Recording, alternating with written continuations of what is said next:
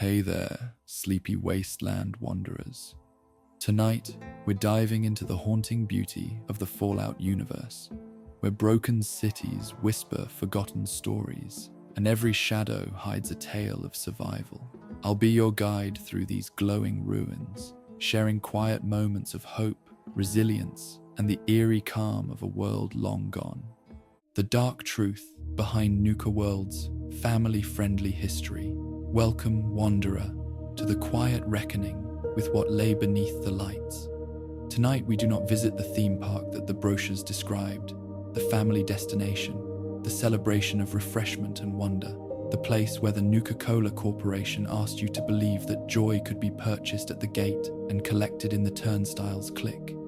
We visit the institution that actually existed behind those brochures, in the specific decisions and the specific concealments and the specific human costs that the cheerful surfaces were designed to make invisible. Settle in, let the warmth hold you, let the Nuka-Cola signs go dark. Let us begin. The Nuka-Cola Corporation did not become the pre-war world's most recognizable consumer brand through the superior quality of its product.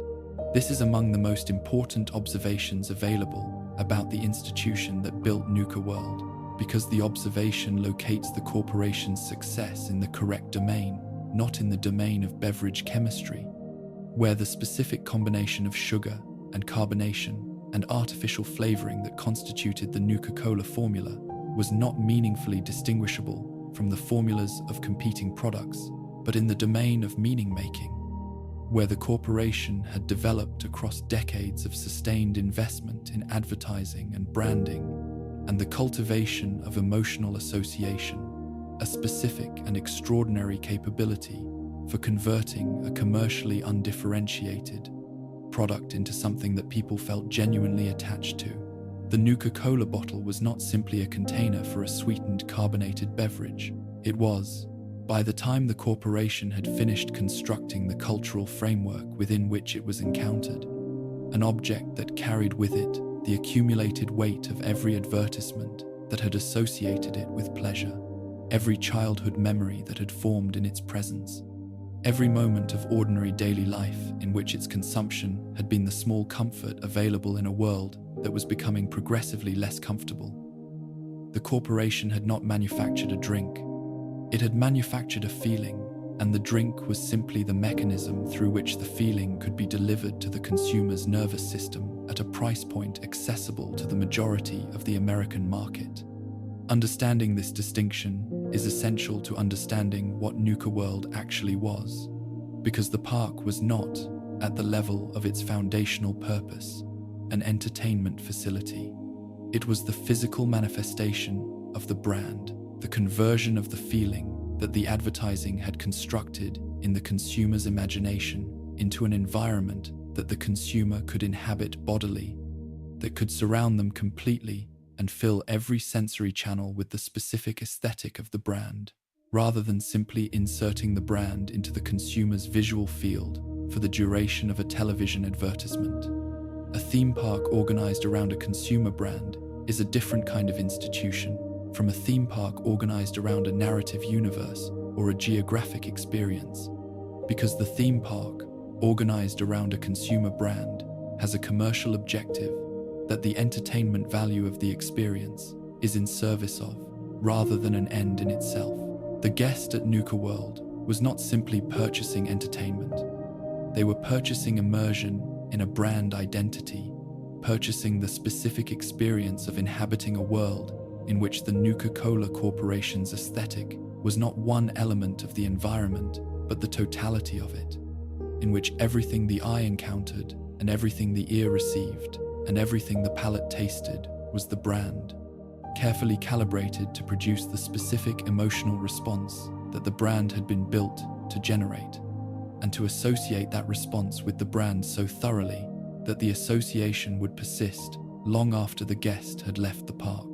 and returned to a world in which the brand was once again simply one element among many. The corporation's trajectory, from its founding as a regional beverage company to the national institution whose brand presence was woven into the fabric of pre-war American cultural identity, followed the specific path that, successful consumer brands have always followed the progressive expansion of the emotional territory that the brand claimed as its own. The systematic development of associations that connected the brand to the most universally desirable human experiences, and the sustained investment in the media and cultural channels through which those associations could be delivered to the maximum possible proportion of the consuming population. What distinguished the Nuka-Cola Corporation's execution of this trajectory from the execution of its competitors was the specific comprehensiveness of its vision, the recognition, apparently quite early in the corporation's development, that a brand whose emotional territory was sufficiently expansive and sufficiently deeply rooted in the consumer's experience could achieve a cultural position that transcended the ordinary dynamics of commercial competition, that converted the consumer's relationship to the brand from a purchasing decision into something more closely resembling an identity commitment. The person who had drunk Nuka-Cola throughout their childhood, who associated it with the specific texture of their happiest memories, who had visited Nuka-World as a child and carried the specific emotional residue of that visit into their adult life,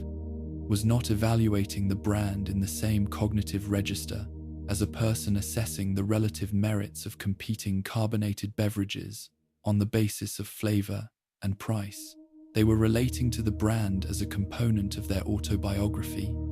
and the consumer whose relationship to a brand has that autobiographical character is a consumer who is not meaningfully available to competitive displacement, regardless of the competitor's quality or price advantage. This was what the corporation had built,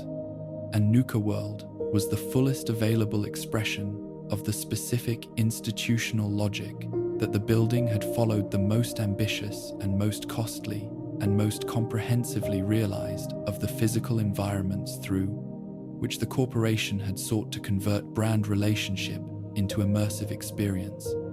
The park's construction represented an investment at a scale that only an institution with the Nuka-Cola Corporation's resources and the Nuka-Cola Corporation's understanding of what the investment was for could have authorized, not the construction of an entertainment facility whose success would be measured by the quality of the entertainment it provided, but the construction of a brand environment whose success would be measured by the depth of the emotional attachment it produced in the guests who moved through it, and the durability of the brand loyalty it generated in the consumers. Those guests would remain for the rest of their lives. The specific relationship between the corporation's public values and its operational practices is the dimension of the institutional portrait that the corporation's own communications were most comprehensively designed to manage. The public values were the values that every surface of the brand expressed: the cheerfulness, the optimism, the genuine seeming investment in family happiness and consumer satisfaction, the specific quality of warmth that the advertising had associated with the brand across decades of sustained cultivation. These values were not fabricated in the sense of being entirely disconnected from any reality within the corporation. There were people within the institution who genuinely held them, whose professional identity was bound up with the brand's positive character, and who experienced their work as the service of those values. But the operational practices that the surviving records document the specific decisions about product safety, about worker welfare, about the management of regulatory relationships, about the use of the park's guest and worker populations in ways those populations had not consented, to reveal that the public values operated as a presentation layer rather than as the governing framework of the Park 14 institution's actual decision-making. When the public values and the commercial interests were in alignment, the corporation expressed its public values. When they were in tension, the corporation's decision-making consistently resolved the tension in favor of the commercial interests through the specific mechanisms of strategic information management and regulatory relationship, cultivation, and liability apparatus development that sophisticated pre-war corporations had refined into a comprehensive institutional practice. The Nuka-Cola quantum radiological situation is perhaps the clearest single illustration available of this specific institutional dynamic. The dynamic of a corporation that had developed documentation of a specific harm that its product was producing, had reviewed that documentation at the levels of the organization responsible for making decisions about it,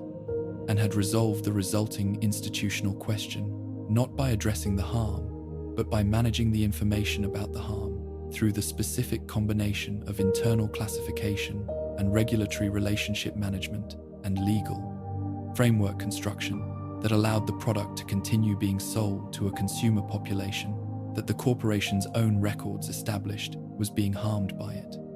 The strontium-90 content of Nuka-Cola Quantum, the radiological property that produced its distinctive blue luminescence, and that the corporation's internal research had documented as producing measurable radiological exposure in regular consumers, was not unknown to the people responsible for the product's development and sale. It was known, assessed, judged against the commercial interests in the product's continued availability, and managed through a series of institutional decisions that converted a product safety question into a regulatory compliance question, and a regulatory compliance question into a communications management question. At each stage of the conversion, moving the question further from the domain of genuine ethical engagement with what the product was doing to the people consuming it, and closer to the domain of institutional risk management. This pattern, the conversion of ethical questions into institutional risk management questions through the application of the specific expertise that pre-war corporations had developed for performing that conversion, is what the corporation's institutional character actually consisted of when examined at the level of its decision-making rather than at the level of its public presentation. It was not a corporation staffed by people who had decided to harm consumers and were pursuing that harm with deliberate malice. It was a corporation staffed largely by people who understood themselves as performing legitimate professional functions within institutional frameworks that had been specifically designed to prevent the question of what those functions were doing to the people they affected from arising at the level where the professionals performing them were required to engage with it.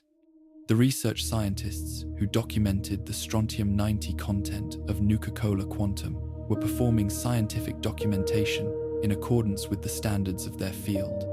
The regulatory affairs professionals who managed the relationship between that documentation and the relevant oversight agencies were performing regulatory affairs management in accordance with the standards of their field. The communications professionals who developed the messaging that surrounded the product's launch were performing communications management in accordance with the standards of their field. Each professional, within the specific domain of their specific function, was doing their job.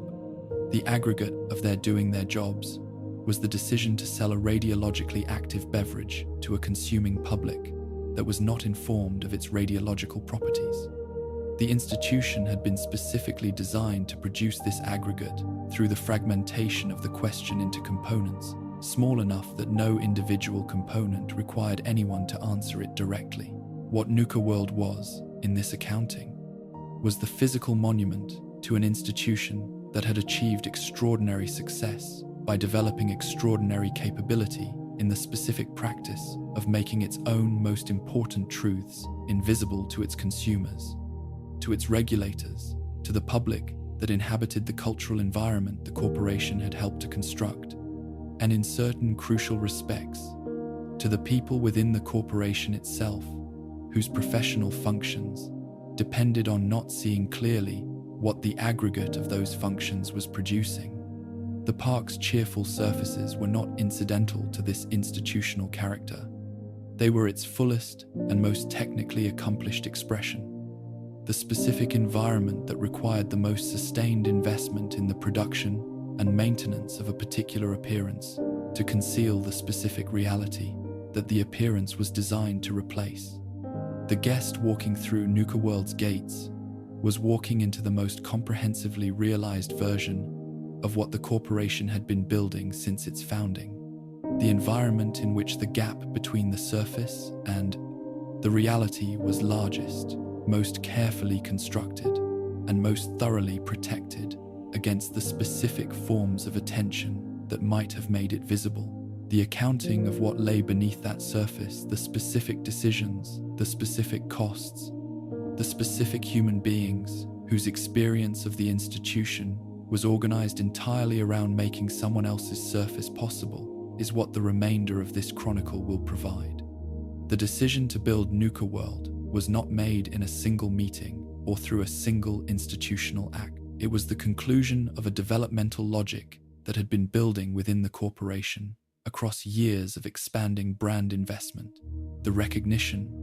arrived at through the specific combination of market research and strategic planning, and the accumulated observation of what the brand's most successful promotional activities had produced in the consumers who encountered them, that the next stage of brand development required a physical environment rather than simply a media environment, that the specific depth of consumer attachment the corporation was trying to produce could not be achieved through advertising alone, but required the specific kind of immersive experience that only a physical space could generate. The decision, when it finally crystallized into the specific project that would become Nuka-World, was therefore not a creative decision in the sense of an imaginative leap into unprecedented territory, but a strategic decision in the sense of a rational conclusion from accumulated evidence, the evidence that the brand had developed sufficient cultural presence to anchor a destination, entertainment, experience of the scale the corporation was contemplating, that the consumers who had grown up with the brand and had formed the specific emotional attachments that the advertising had cultivated would travel significant distances and pay significant admission fees to inhabit an environment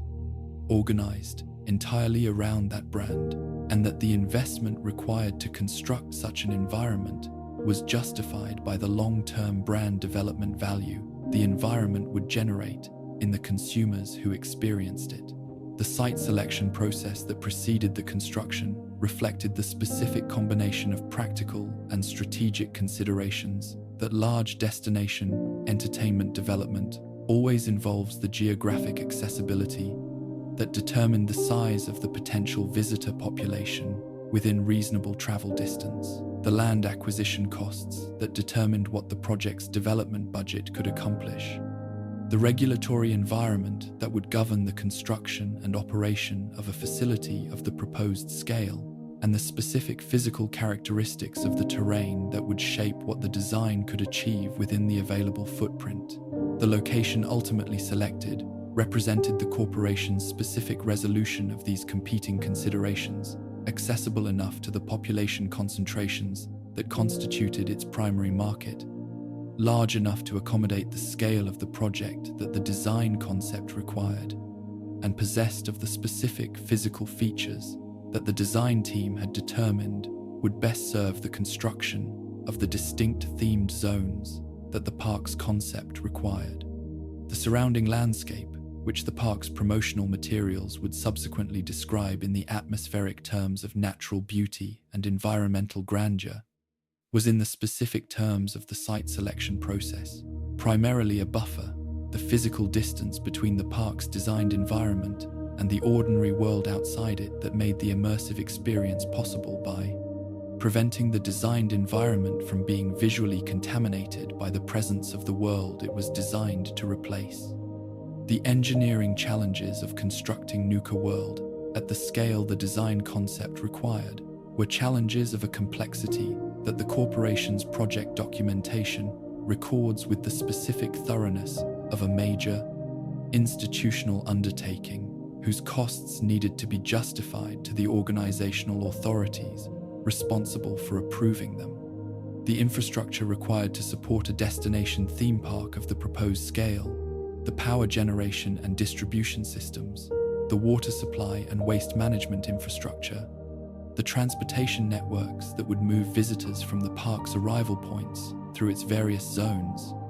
the communication systems that would allow the operational staff distributed across the park's extensive footprint to coordinate the management of a facility receiving thousands of visitors simultaneously, constituted an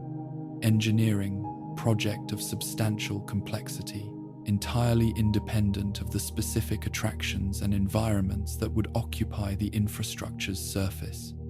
The construction of those attractions and environments added additional layers of engineering complexity that reflected the specific technical demands of realizing the design team's vision in physical form, the structural requirements of the coaster systems, and the larger mechanical attractions, the environmental systems that would maintain the specific atmospheric conditions that different zones required, the lighting and sound infrastructure that was as fundamental to the designed experience as the physical structures it illuminated and accompanied. The timeline pressures that the corporation applied to the construction process were the timeline pressures that corporate development projects characteristically apply, pressures whose origin lay in the financial modeling that had established specific revenue projections tied to specific opening dates, and that therefore created institutional incentives for the construction team to prioritize schedule adherence over the other considerations that adequate time would have permitted to receive their appropriate weight. The specific consequences of those timeline pressures for the quality of the construction decisions made in the project's later phases are documented in the surviving records, with the specific incompleteness of documentation that timeline-pressured institutional decision-making characteristically produces present in the gaps in the safety review records, in the deferred maintenance schedules that became operational policy before the park had opened, in the specific infrastructure decisions whose cost savings had been justified through optimistic assumptions about the frequency of maintenance interventions that the operational reality would not support. The construction team that built Nuka-World was not a team of people who had decided to build a dangerous or inadequate facility. It was a team of people who were building a facility under conditions that made certain categories of quality, the categories whose absence would not be immediately visible to the paying guests, whose experience was the measure of the buyer. Project's success progressively more difficult to achieve as the schedule pressures accumulated and the budget contingencies were consumed by the inevitable complications of large-scale construction. The labor that built Nuka-World constituted a population of workers whose relationship to the park was categorically different from the relationship of any subsequent population that inhabited it, different from the workers who would staff the park during its operation, different from the guests who would visit it, different in the specific sense that the construction workers' engagement with the park was an engagement with its physical reality rather than with the designed experience that the physical reality was constructed to produce. They moved through the site in conditions that bore no relationship to the conditions the finished park would offer. Its guests, the mud and the noise, and the specific physical hazards of an active construction site, the absence of the atmospheric management systems that would eventually make the finished park's environment so carefully controlled, the specific combination of physical demand and schedule pressure, and the ordinary occupational hazards of large-scale construction work that characterized their daily engagement with the project. Their names do not appear in the promotional materials that the corporation produced to describe the finished park. The specific human effort of their labor was as invisible in the park's presentation of itself as every other form of labor that the park would subsequently require to sustain its operation present in the physical substance of what they had built, absent from any account of that substance that the corporation's communications apparatus produced. The specific working conditions on the Nuka-World construction site were the working conditions of a large corporate construction project in the specific regulatory environment of the pre-war period, governed by occupational safety standards that the regulatory agencies responsible for enforcing them had the resources and the institutional will to enforce with varying degrees of consistency, and shaped by the specific relationship between the construction contractor and the corporate client in ways that reflected the power asymmetry of that relationship. The health and safety incidents documented in the construction records, the falls, the equipment accidents, the specific occupational injuries that large-scale construction produces at rates that the industry had developed actuarial models for anticipating and managing, were managed through the specific institutional mechanisms that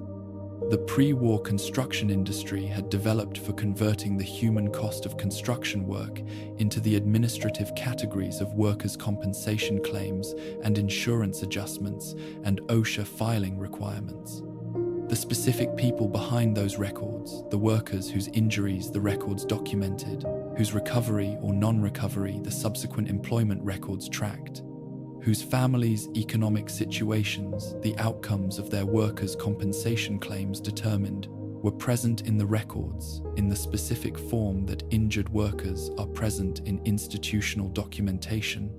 which is to say, as case numbers and claim amounts and medical categorizations, rather than as the specific human beings whose specific lives the injuries had affected. The proximity of the construction site to the areas where the corporation's product development infrastructure was being installed introduced a dimension of occupational exposure that the standard construction site safety frameworks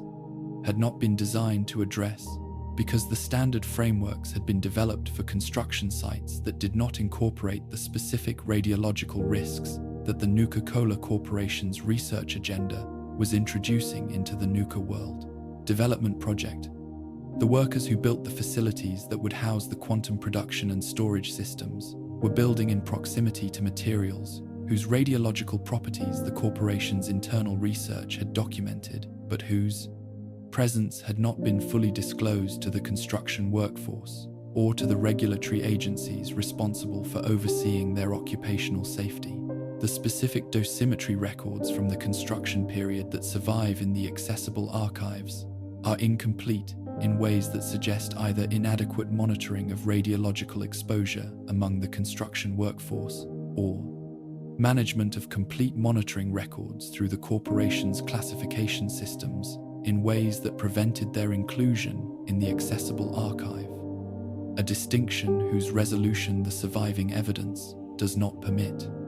but whose ambiguity is itself informative about the specific quality of the corporation's relationship to its construction workforce's occupational safety.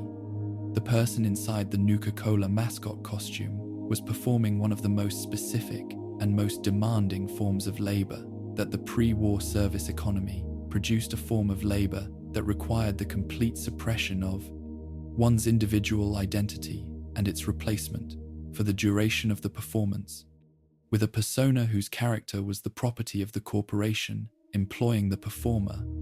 and whose expression was governed by behavioral guidelines developed by the corporation's brand management apparatus. The mascots of Nuka-World, the Nuka-Cola Girl, the various themed characters whose costumed presence was distributed throughout the park's different zones, were not simply employees wearing costumes. They were the human beings whose physical presence and emotional labor constituted the most direct interface between the brand's abstract identity and the guests who had come to the park to encounter that identity in physical form, and the specific demands that this interface function placed on the human beings performing it were demands that the corporation's brand guidelines specified in detail, but that the same brand guidelines systematically failed to acknowledge as demands at all, because the acknowledgement of the labor involved in the performance would have contaminated the performance itself. A guest encountering a Nuka-Cola mascot character was supposed to be encountering the character, the branded persona, the cheerful representative of the brand's values made physical and interactive. The encounter was supposed to feel spontaneous, genuine, warm, in the specific way that the brand's emotional associations required. The specific fact that the warmth was the product of the sustained, deliberate effort of a person inside a costume who was performing the warmth in accordance with behavioral guidelines, and who was doing so in conditions that included the specific physical discomforts of costume performance, the heat accumulation, the limited visibility, the physical constraint of operating within a large costumed form while maintaining the behavioral performance that the role required was information, whose intrusion into the guest's awareness would have damaged the experience, that the encounter was designed to produce. The corporation's brand management guidelines address this information management challenge not by improving the conditions of the mascot performer's work, but by developing the specific operational protocols that kept the performer's individual humanity invisible to the guests whose experience depended on that invisibility being maintained. The specific operational infrastructure that supported the mascot program was the infrastructure of concealment, the designated character appearance and disappearance zones that ensured guests never observed the process of a performer entering or exiting the costume, the break rotation schedules that allowed performers to exit the designed guest environment for the rest periods, their physical conditions required without those exits being observed by guests, the communication systems that allowed character handlers to manage the performer's movements through the park in ways that served the brand's guest interaction objectives without requiring the performers to navigate those movements independently while in costume. Each element of this infrastructure represented a specific investment in the maintenance of the performance's integrity, a specific institutional commitment to ensuring that the reality of what the performance required did not become visible to the people whose experience the performance was designed to produce. The performers themselves were the beneficiaries of this infrastructure in the limited sense that it provided the operational support their roles required, and they were the subjects of it in the more fundamental sense, that its primary purpose was the management of their visibility, the conversion of their individual humanity from something that the guest might encounter into something that the guest's experience required not to exist. The costumed performers were among the park's most visible workers, in the sense that their presence was a designed feature of the guest experience that the park's operational management actively cultivated and managed, and among its most invisible workers, in the sense that the specific human beings performing the costumed roles were systematically concealed from the guests who encountered them.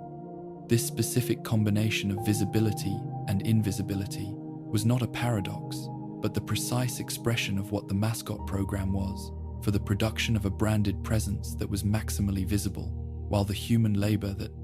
produced that presence was maximally concealed. The guest experienced the character, the performer, as an individual human being with a specific identity and specific working conditions and specific physical experiences of the role, was not available to the guest's experience and had been specifically designed not to be. The performer's individuality had been temporarily converted for the duration of their shift into the operational property of the brand, their physical presence, their emotional expressiveness,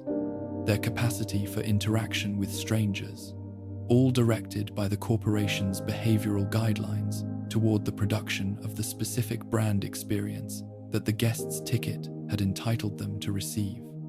The non-costumed service workforce, whose labor sustained the park's daily operation, occupied a different but structurally related position in the park's institutional hierarchy, visible in the functional sense that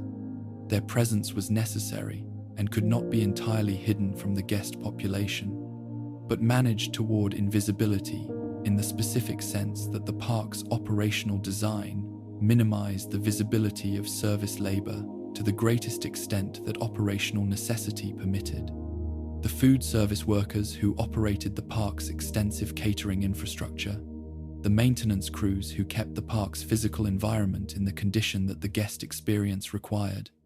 the custodial staff, whose continuous presence throughout the park's operating hours was necessary to maintain the environmental standards that the designed experience depended on. All of these workers were present in the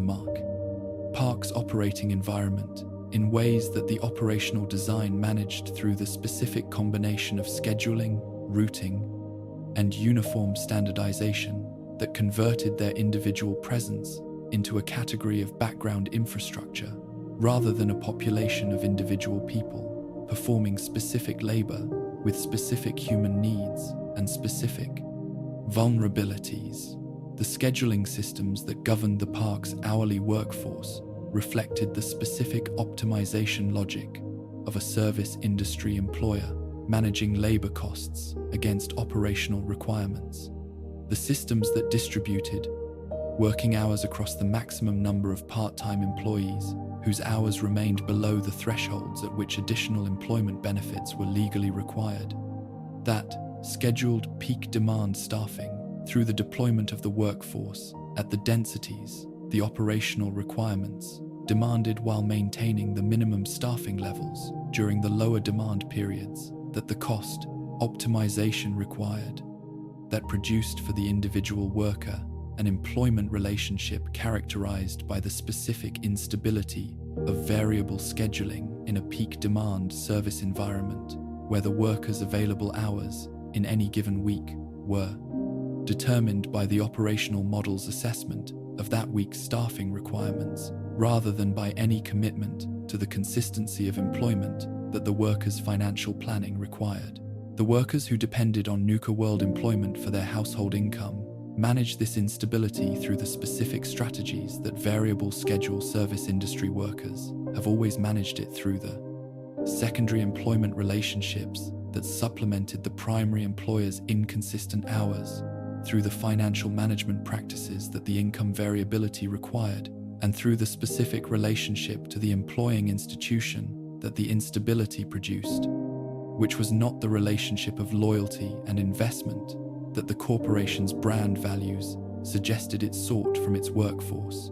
but the relationship of contingency and calculation that the employment conditions actually rewarded. The worker housing that accommodated the park's large residential workforce, the employees who had relocated to the park's geographic area specifically for the employment it offered, and who required accommodation that the park's remote location meant was not readily available through the ordinary private housing market, was the physical expression of the specific power relationship between the corporation and the segment of its workforce that had accepted housing dependency as a condition of their employment. The corporation's provision of worker housing was, in its surface presentation, a benefit, a service that the corporation provided to workers who needed accommodation in an area where alternative accommodation was limited and expensive.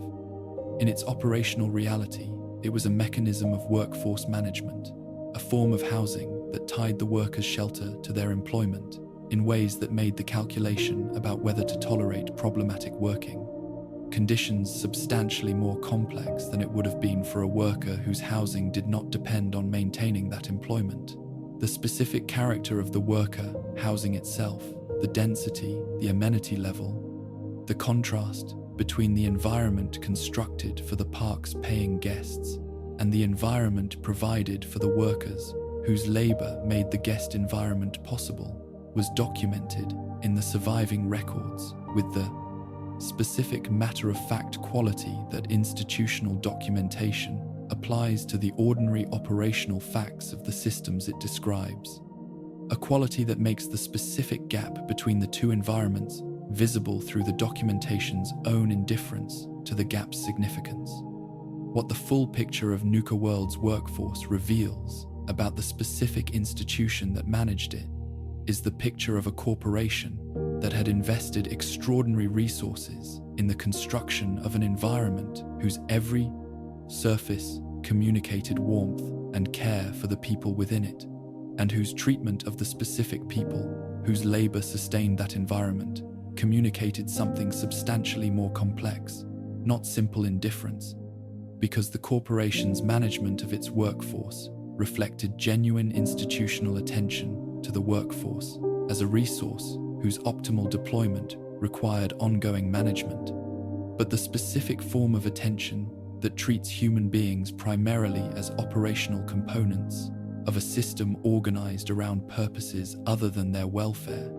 and that therefore produces the specific care for their welfare that optimal component performance requires, while remaining structurally incapable of the additional care that their humanity, as distinct from their operational function,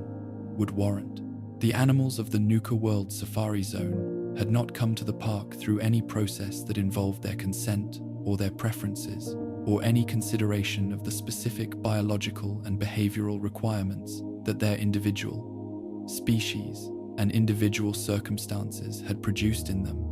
They had come through the specific mechanism of commercial acquisition that the entertainment industry applies to the living things it incorporates into its products, the supplier relationships and the procurement contracts and the living entae, transportation arrangements, and the receiving protocols that convert living creatures into inventory, moving them from the contexts in which their lives had been organized around their own requirements into the context in which their lives would be organized around the requirements of the entertainment system that had acquired them. The specific animals assembled for the safari zone represented a curatorial vision of the range and variety of the natural world, the ambition to provide the park's guests with encounters that suggested the breadth of biological life, even as the conditions of those encounters were organized entirely around the guest's experience of the suggestion, rather than around the reality that the suggestion was gesturing toward. The zone was not a representation of the natural world. It was a representation of what the park's designers believed guests would find most compelling about the natural world, assembled from the living components that the commercial wildlife trade could supply at the scale the park's budget permitted. The conditions in which the safari zone's animals were housed reflected the specific constraints of the design objective they were serving, the constraint that their housing needed to provide sufficient exposure of the animals to the guest's view to justify the guest's experience of having encountered them, and the constraint that it needed to prevent the animals from exercising the behavioral responses that genuine freedom of movement in their natural environments would have permitted them. The enclosures that resulted from these constraints were not the enclosures that the animal's specific biological and behavioral requirements would have produced if those requirements had been the governing design objective. They were the enclosures that the guest encounter requirements produced when those requirements were the governing design objective, and the animal's welfare was a secondary consideration managed to the extent necessary to prevent the animal's condition from visibly degrading the quality of the guest encounter. An animal in visible distress did not produce the specific quality of encounter that the park's safari zone was designed to generate. An animal whose distress was not yet visible, whose accommodation was adequate to prevent the most immediately obvious indicators of welfare failure, while falling significantly short of what genuine care for the animal's needs would have required, was an acceptable operational outcome, not optimal in any welfare-oriented sense, but adequate to the operational purposes the animal was serving. The veterinary records from the safari zone document the specific health consequences that the gap between what the animals required and what the park's operational constraints provided produced across the zone's years of operation, the stress-related conditions, the behavioral pathologies that develop in intelligent creatures confined in environments that do not permit the range of behavioral expression their biology and psychology require, the specific physical health problems that inadequate nutrition or inadequate space or inadequate social structure produce in species whose needs in these dimensions exceed what the operational design had been configured to provide. These records were maintained because the corporation's risk management apparatus required documentation of veterinary interventions for liability purposes, not because the corporation's institutional culture had developed the specific orientation toward animal welfare that would have generated veterinary documentation as a genuine expression of care for the animal's well-being. The documentation exists because the documentation was required. What it documents is present in it because the conditions it describes were the conditions that the operational design produced, not because anyone within the institution had decided to create harmful conditions. The harm was the byproduct of an operational design whose objectives did not include the animal's welfare as a primary consideration,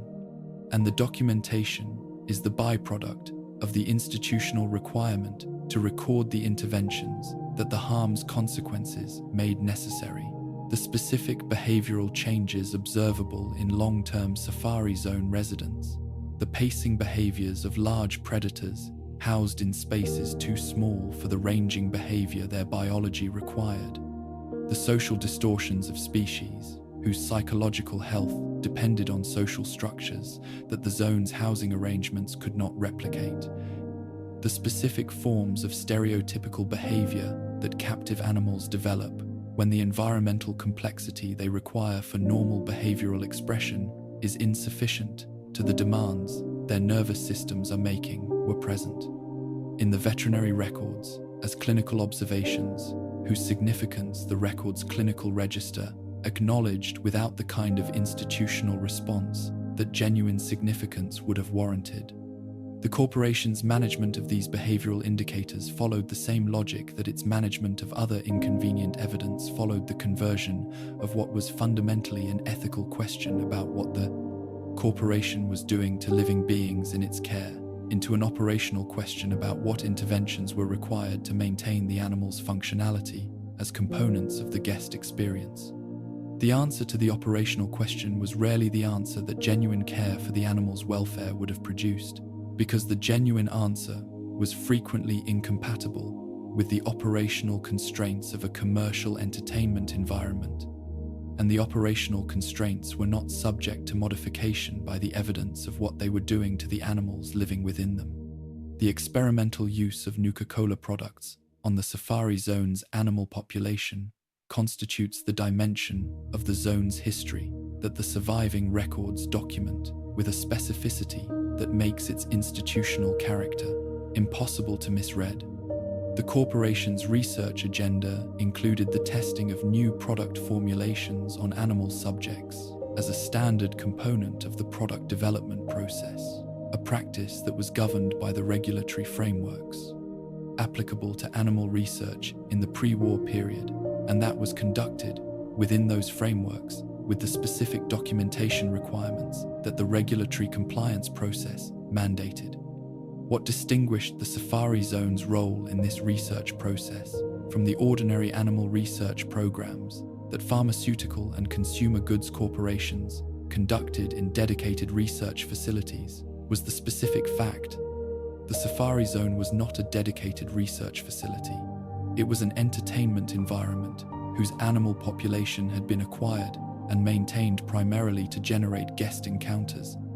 and whose use as a research population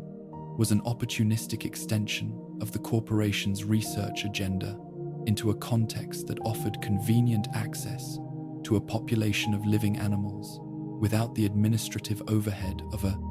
separate facility. The specific animals subjected to experimental Nuka-Cola formulations in the safari zone were, in the corporation's research documentation, experimental subjects identified by species designation and individual identifier, rather than by the individual characteristics that would have been relevant to anyone whose relationship to the animals was organized around something other than their research utility.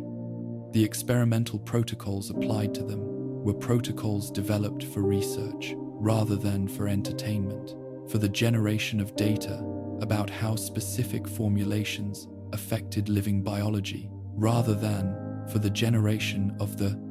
specific behavioral outcomes that the guest encounter required.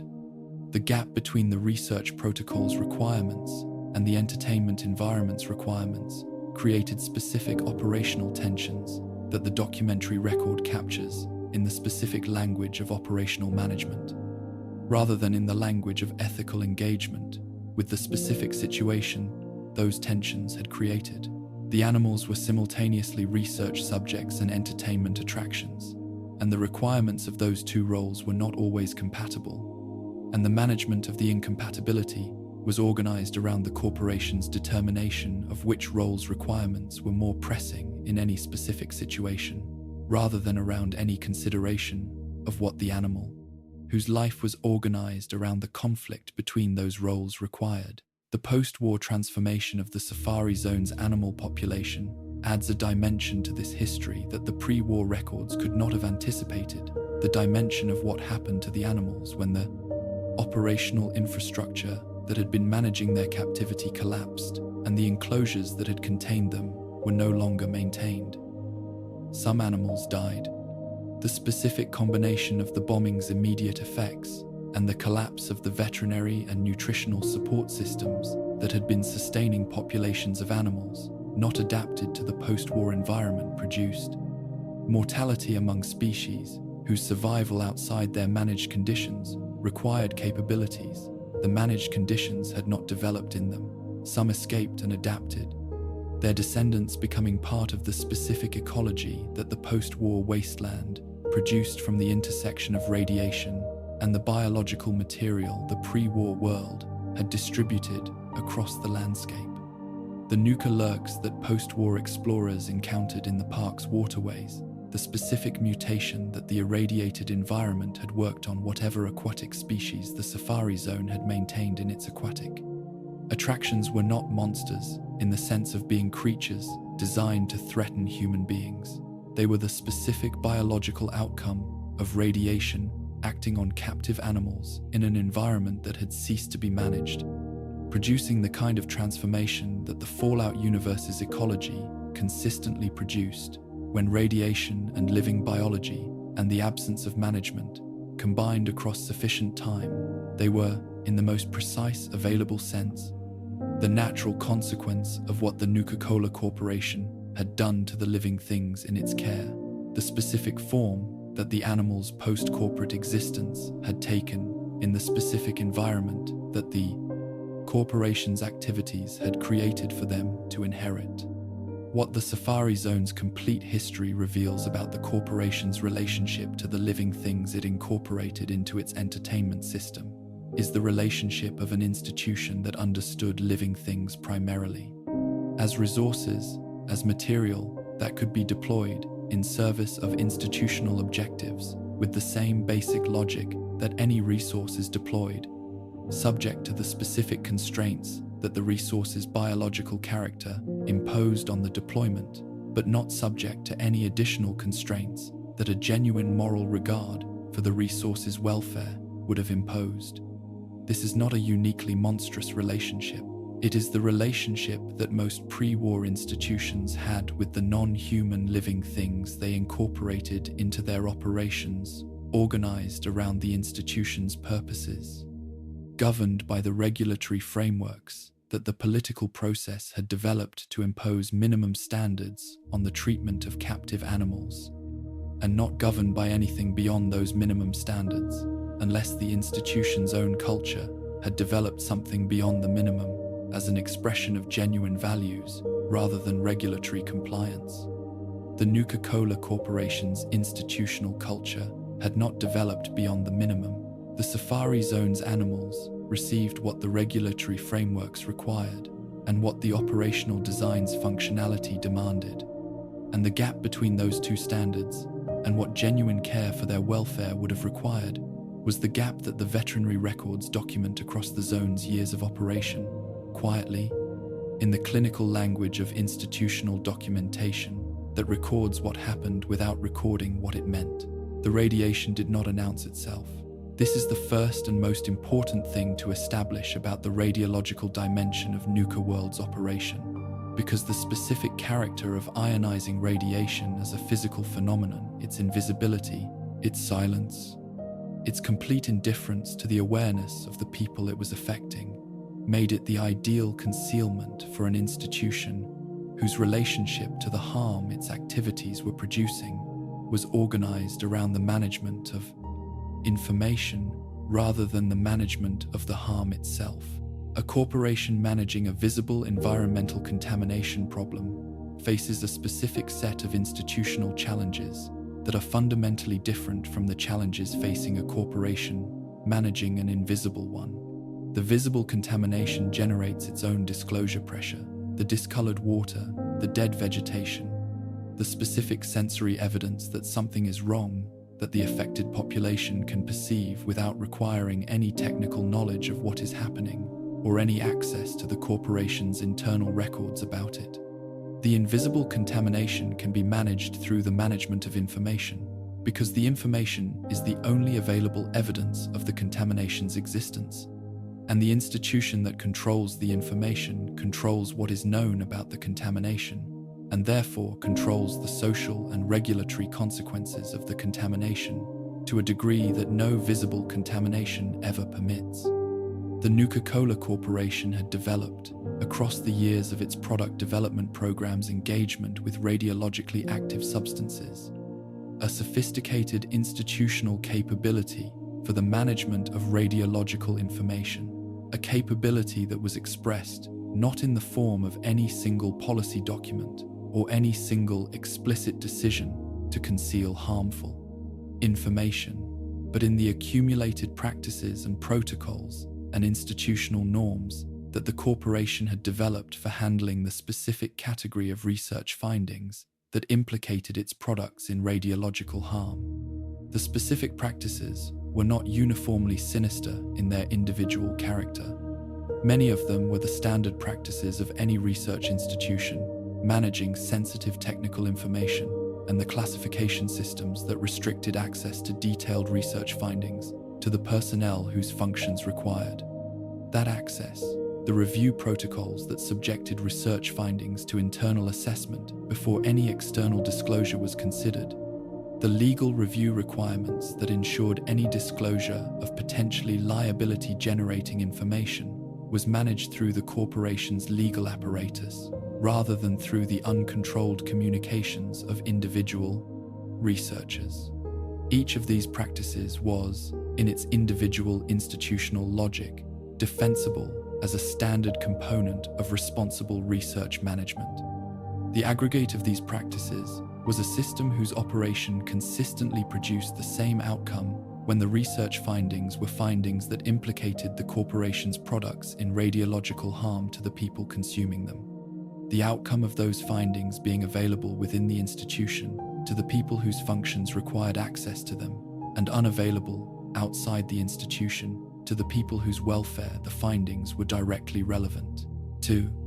The quantum production and storage infrastructure embedded within Nuka-World's physical footprint was not the park's only radiological installation,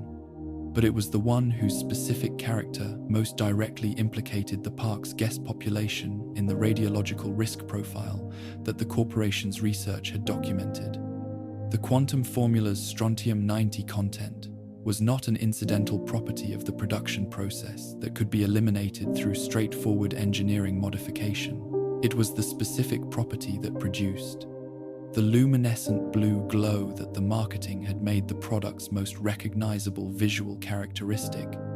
the property without which the product was simply another variant in the Nuka-Cola line, rather than the premium offering whose distinctive appearance justified its premium price point. The decision to locate production capacity within the park's footprint reflected the specific logic of a corporation that understood the park as an extension of its brand environment, rather than as a separate operational entity. The logic that having quantum produced in proximity to the park, where it would be most heavily marketed and consumed, created operational efficiencies that the alternative of separate production facilities would not have provided. The radiological implications of this co-location, the specific exposure profile that active quantum production created for the people living and working in the park's vicinity, were present in the corporation's internal research documentation as acknowledged variables that the operational design needed to manage, rather than as ethical objections to the co-location decision that might have led to its reconsideration. The specific radiological monitoring program that the corporation conducted at Nuka-World was the monitoring program of an institution managing a known risk through a compliance framework, not the monitoring program of an artist institution genuinely committed to understanding and minimizing the radiological impact of its activities on the people in its vicinity. The distinction matters because the compliance framework and the genuine commitment produce different monitoring designs.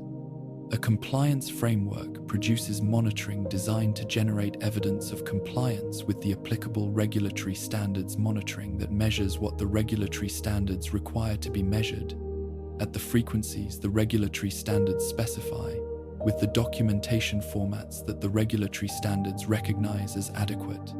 A genuine commitment to understanding and minimizing radiological impact produces monitoring designed to generate the most accurate possible picture of what the activities are actually doing to the people in their vicinity. Monitoring designed to answer the question of what is happening,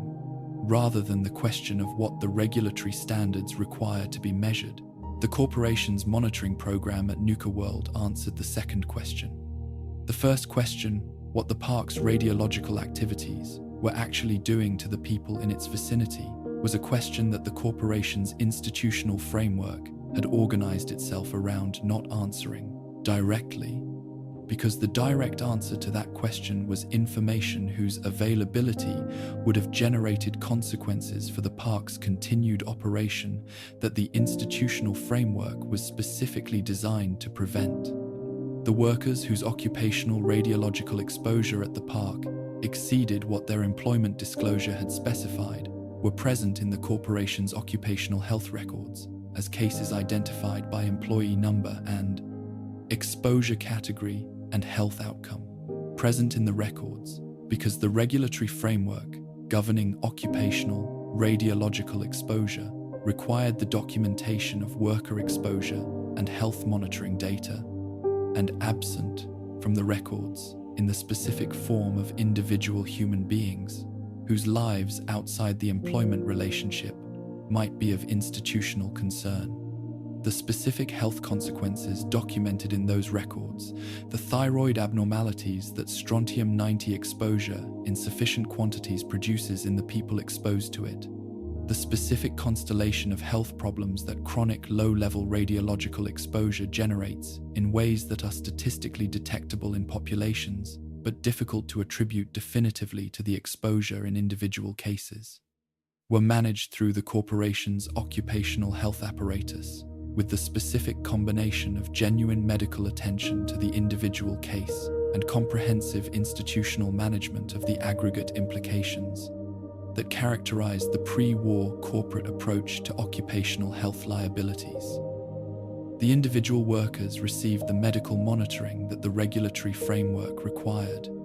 The aggregate data about what the park's radiological environment was doing to its workforce was classified within the corporation's information management system at the level that prevented its becoming available to the regulatory agencies whose oversight jurisdiction included the park's occupational health profile. The specific regulatory relationships that allowed this information management to continue across the park's operational history were the relationships that the corporation had cultivated through the specific investments in political and regulatory influence that pre-war corporations of sufficient scale routinely made in the jurisdictions where their most sensitive operations were located.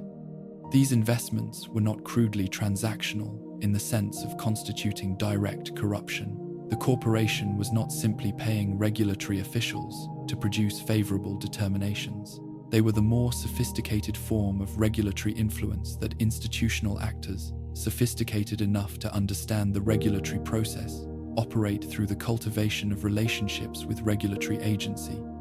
leadership,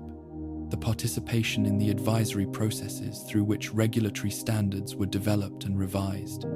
the provision of technical expertise to regulatory agencies whose own technical capacity was insufficient to independently evaluate the complex scientific questions that the corporation's activities raised, and the strategic deployment of the corporation's legal resources in response to any regulatory action that threatened to expose the gap between the park's compliance record and its actual radiological impact. The specific regulatory relationship that resulted from these investments was a relationship of managed engagement in which the regulatory agencies received from the corporation the information that the corporation's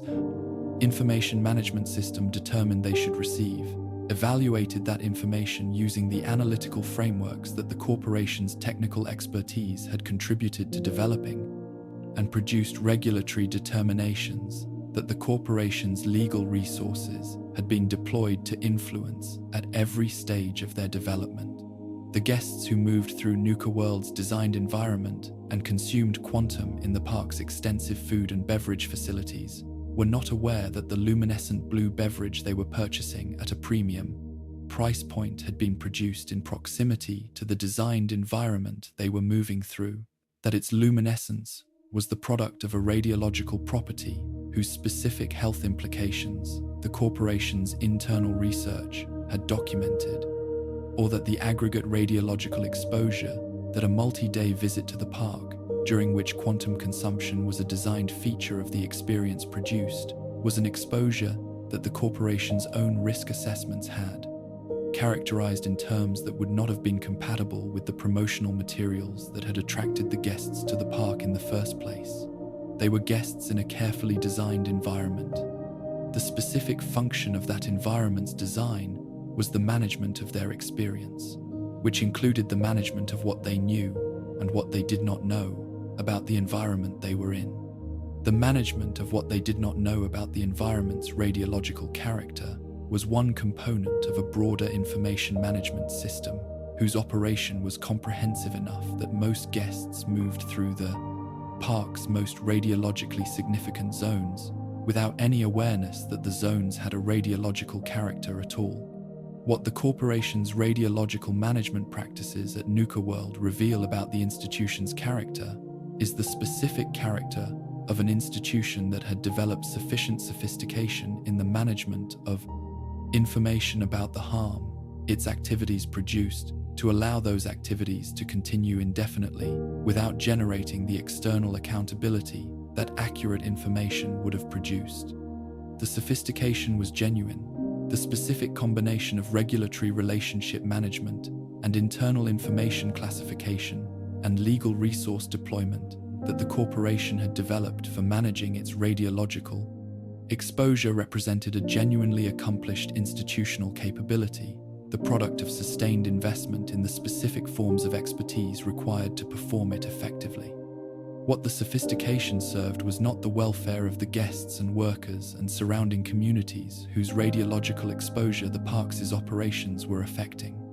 It served the continued operation of an institution whose commercial interests required the continuation of activities whose radiological impact, if accurately disclosed, would have generated regulatory and public responses that the institution's commercial interests could not afford. The guest who purchased admission to Nuka-World was not purchasing access to an undesigned environment. They were purchasing access to one of the most comprehensively designed environments that the pre-war consumer economy had produced, an environment in which every element, from the routing of the pathways through the park's various zones, to the specific sounds that the atmospheric audio systems distributed through each zone's acoustic environment, to the precise temperature and humidity conditions that the park's climate control infrastructure maintained in the enclosed spaces where guest comfort was most directly managed, had been specified by a design process whose objective was the production of a particular kind of experience in the consciousness of the person moving through it. The comprehensiveness of this design was not incidental to the park's commercial model. It was the commercial model, the recognition that what the guest was purchasing was not the individual attractions they encountered during their visit, but the specific quality of consciousness that the designed environment produced across the duration of the visit, and that the quality of that consciousness was determined by the aggregate of all the environmental variables that the design controlled, rather than by any single variable in isolation. The specific routing systems that governed the guest's movement through Nuka-World were among the design's most carefully considered elements, because the sequence in which the guest encountered the park's different zones and attractions determined the emotional arc of their experience in ways that the designers had studied through the specific combination of consumer research and behavioral psychology and operational observation that large theme park development employs to optimize the guest experience. The park's entry sequence was designed to produce maximum initial impact, the specific quality of sensory saturation that occurs when a person moves from the ordinary sensory environment of the world outside the park into the comprehensively managed sensory environment of the park's designed interior, an impact that the design had been calibrated to make as overwhelming and as positive as possible in order to establish the emotional baseline from which the rest of the visit would be experienced. The specific choices that determined what the guest encountered immediately upon entering the park, what they saw, what they heard, what the first branded environments they moved through communicated about what the rest of their visit would contain, were not aesthetic choices in the sense of choices made according to designers' personal preferences about what was most beautiful or most interesting. They were strategic choices made according to the behavioral research's findings about what produced the specific quality of emotional engagement that the park's commercial objectives required. The food and beverage environment within the park was the most direct expression of the commercial logic that the designed experience was serving, the most immediately legible example of the specific relationship between the park's entertainment function and its revenue generation function that the design had been constructed to make as invisible as possible. A park whose entertainment function was genuinely independent of its revenue generation function would provide its guests with access to the full range of food and beverage options that their preferences and dietary requirements might lead them to desire, because the provision of those options would serve the guests' welfare without affecting the quality of the entertainment experience the park was providing. Nuka-World's food and beverage environment was not organized around the provision of what the guest desired. It was organized around the provision of what the corporation produced, the systematic availability of Nuka-Cola products and their associated food brands throughout every area of the park, in the specific formats and at the specific price points that the captive consumer environment permitted the corporation to charge without the competitive pressure that the ordinary market would have imposed. The captivity of the consumer within the park's designed environment was the specific commercial condition that the park's admission model created, and that the food and beverage strategy exploited with the specific comprehensiveness that the corporation's understanding of its own brand ecology permitted. A guest who had paid for admission to the park and had driven or traveled to its location was not a consumer who could easily leave the park to find alternative food and beverage options when the park's offerings did not satisfy their preferences, or when the park's prices exceeded what they were willing to pay under normal market conditions. They were a captive consumer whose practical options were limited to the choices the park's environment provided, and the park's environment had been designed to ensure that those choices were Nuka-Cola products, available at the price points that the captive market permitted, consumed in environments that reinforced the brand associations that the park's broader experience was cultivating. The commercial effectiveness of this model was not a byproduct of the park's entertainment design. It was one of the design's primary objectives, expressed in the specific decisions about what food and beverage options were available in which locations throughout the park, rather than in any explicit communication to the guest about what the park's commercial model required of them. The specific mechanisms through which the park's experience was calibrated to affect children represented the most deliberately considered dimension of the park's design psychology, deliberately considered because the corporation's brand development strategy had identified the formation of childhood brand attachment as among the most commercially valuable outcomes that the park experience could produce, and had therefore invested the most careful design attention in the specific elements of the experience that would most effectively produce that attachment in the youngest members of the park's visitor population. The research that informed this design investment was the research that the behavioral and marketing sciences had developed for understanding how children form emotional attachments to brands, research whose findings were specific. Enough about the developmental mechanisms through which brand attachment forms in children that the park's designers could apply them with considerable precision to the specific design choices that would most effectively produce the desired outcome. The design choices that resulted from this application were not choices that produced visible harm in the children who experienced them. The children who visited Nuka-World were not being injured by their experience of it in any immediate or obvious sense. They were having what appeared from their own experience of it and from the observation of the adults who accompanied them. to be an exceptionally enjoyable time in an environment that had been designed with extraordinary care for the quality of their experience. The specific harm that the park's child-directed design produced was not the harm of an immediately negative experience, but the harm of a deliberately cultivated attachment whose commercial function the child was too young to understand, and whose cultivation the child had not been asked to consent to, and could not meaningfully have consented to, even if asked. The child who left Nuka-World, having formed a genuine emotional attachment to the Nuka-Cola brand, an attachment that the park's designers had deliberately cultivated through the specific environmental stimuli they had,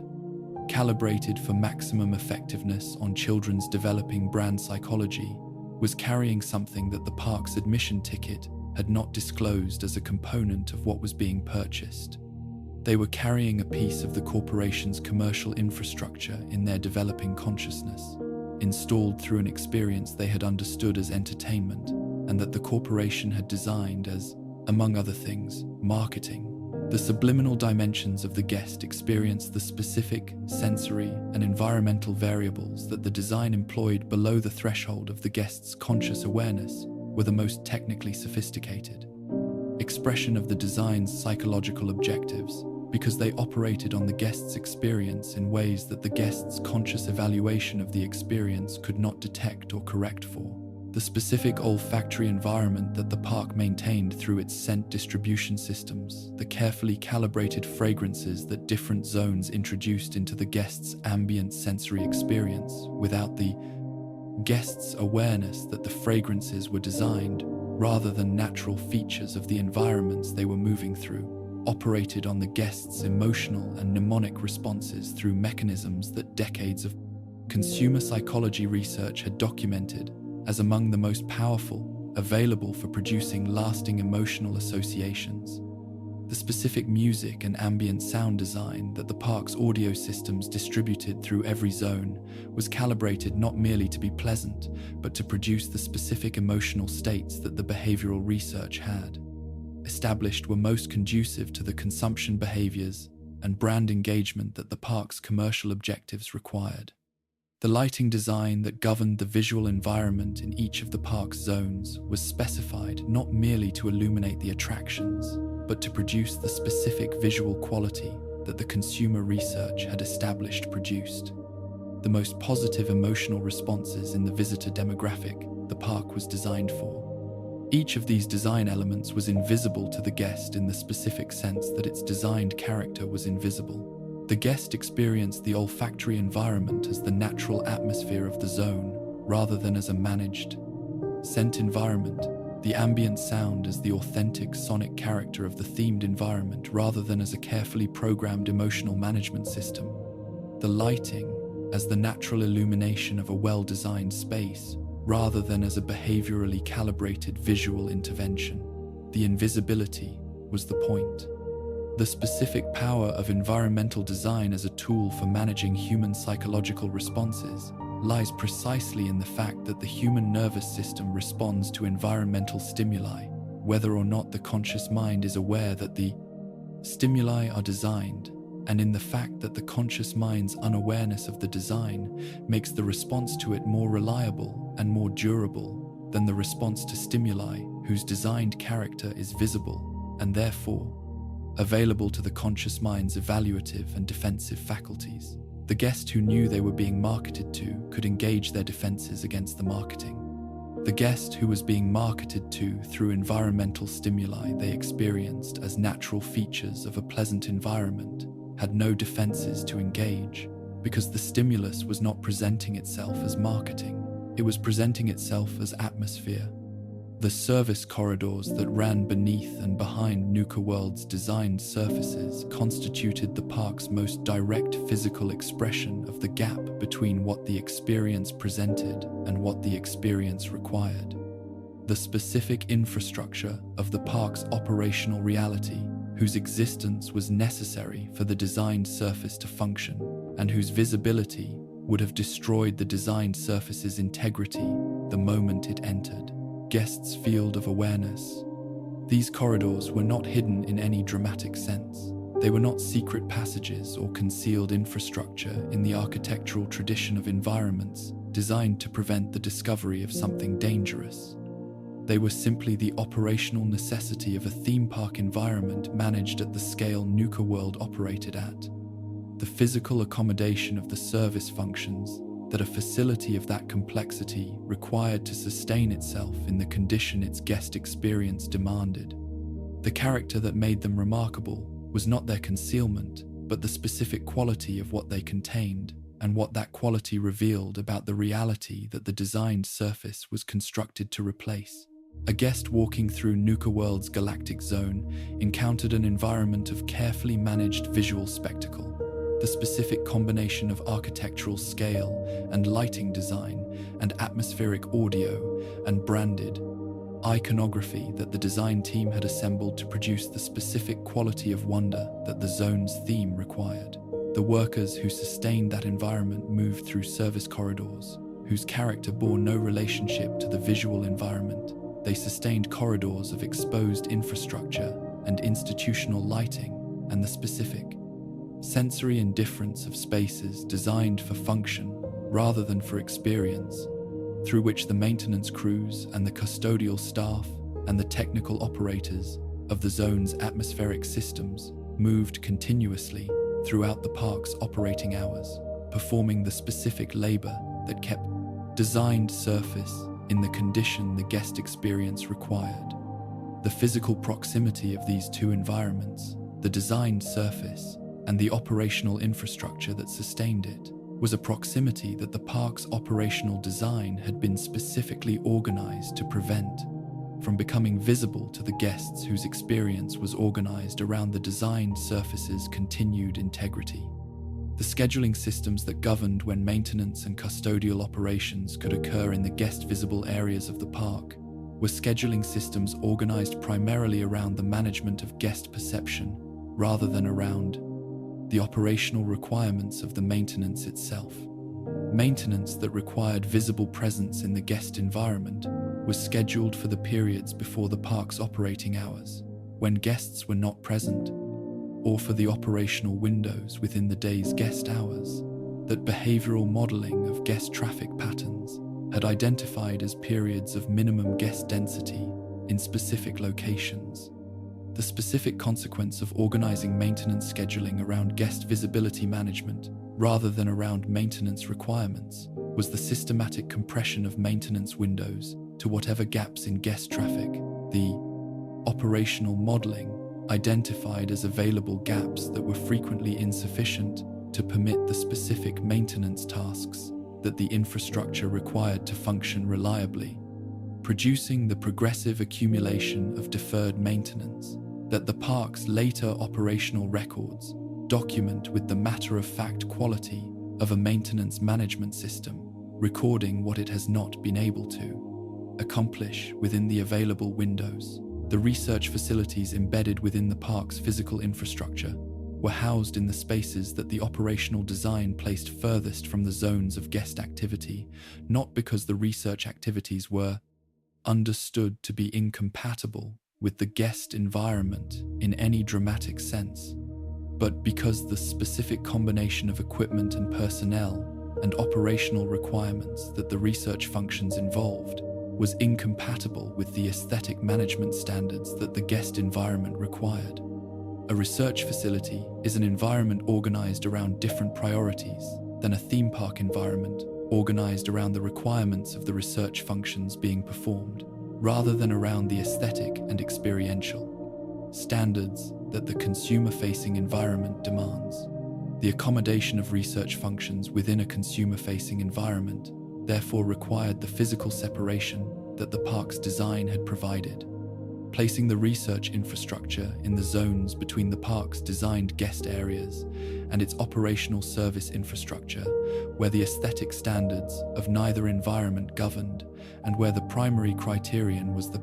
functional adequacy of the space for the research being conducted within it. The specific research activities conducted within these embedded facilities included the product development and testing work that the corporation's research agenda required to be conducted in proximity to the operational environment. where the products being developed would be consumed, the specific advantage of conducting product testing in the park's operational environment, rather than in a dedicated research facility, being the access to the behavioral and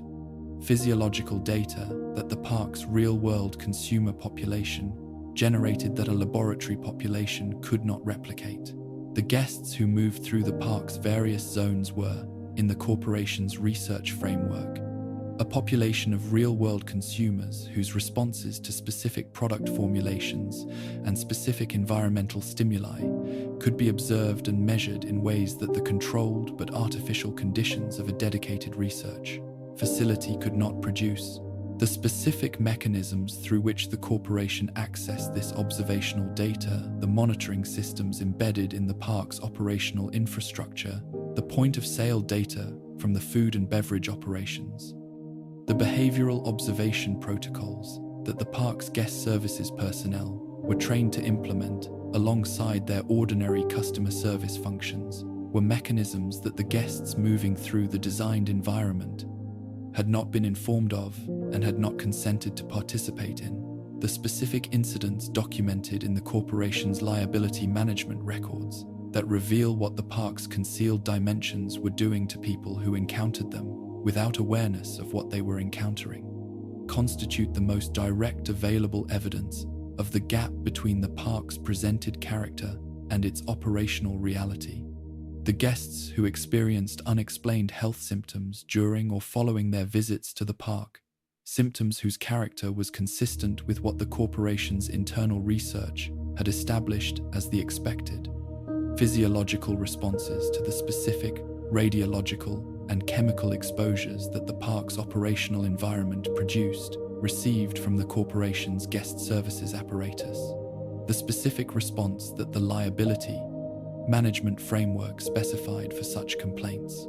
the acknowledgement of the guest's experience, the provision of whatever immediate assistance the corporation's medical protocols authorized, and the engagement of the legal and communications resources that the corporation deployed to manage the potentially liability-generating information that the complaint represented.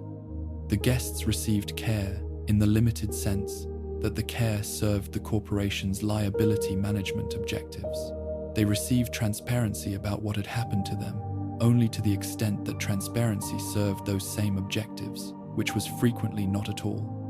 The workers whose occupational engagement with the park's concealed dimensions was sustained across the duration of their employment, rather than limited to the episodic exposure of visiting guests, occupied the most directly vulnerable position in the park's operational structure, the position of people whose sustained proximity to the park's radiological and chemical research infrastructure produced cumulative exposures that the episodic visitor never encountered, and whose employment relationship with the corporation created the specific set of incentives and disincentives around disclosure of their health concerns that the employment relationship characteristically creates when the employer is the source of the health risk being disclosed. The worker who experienced health symptoms attributable to occupational radiological exposure at the park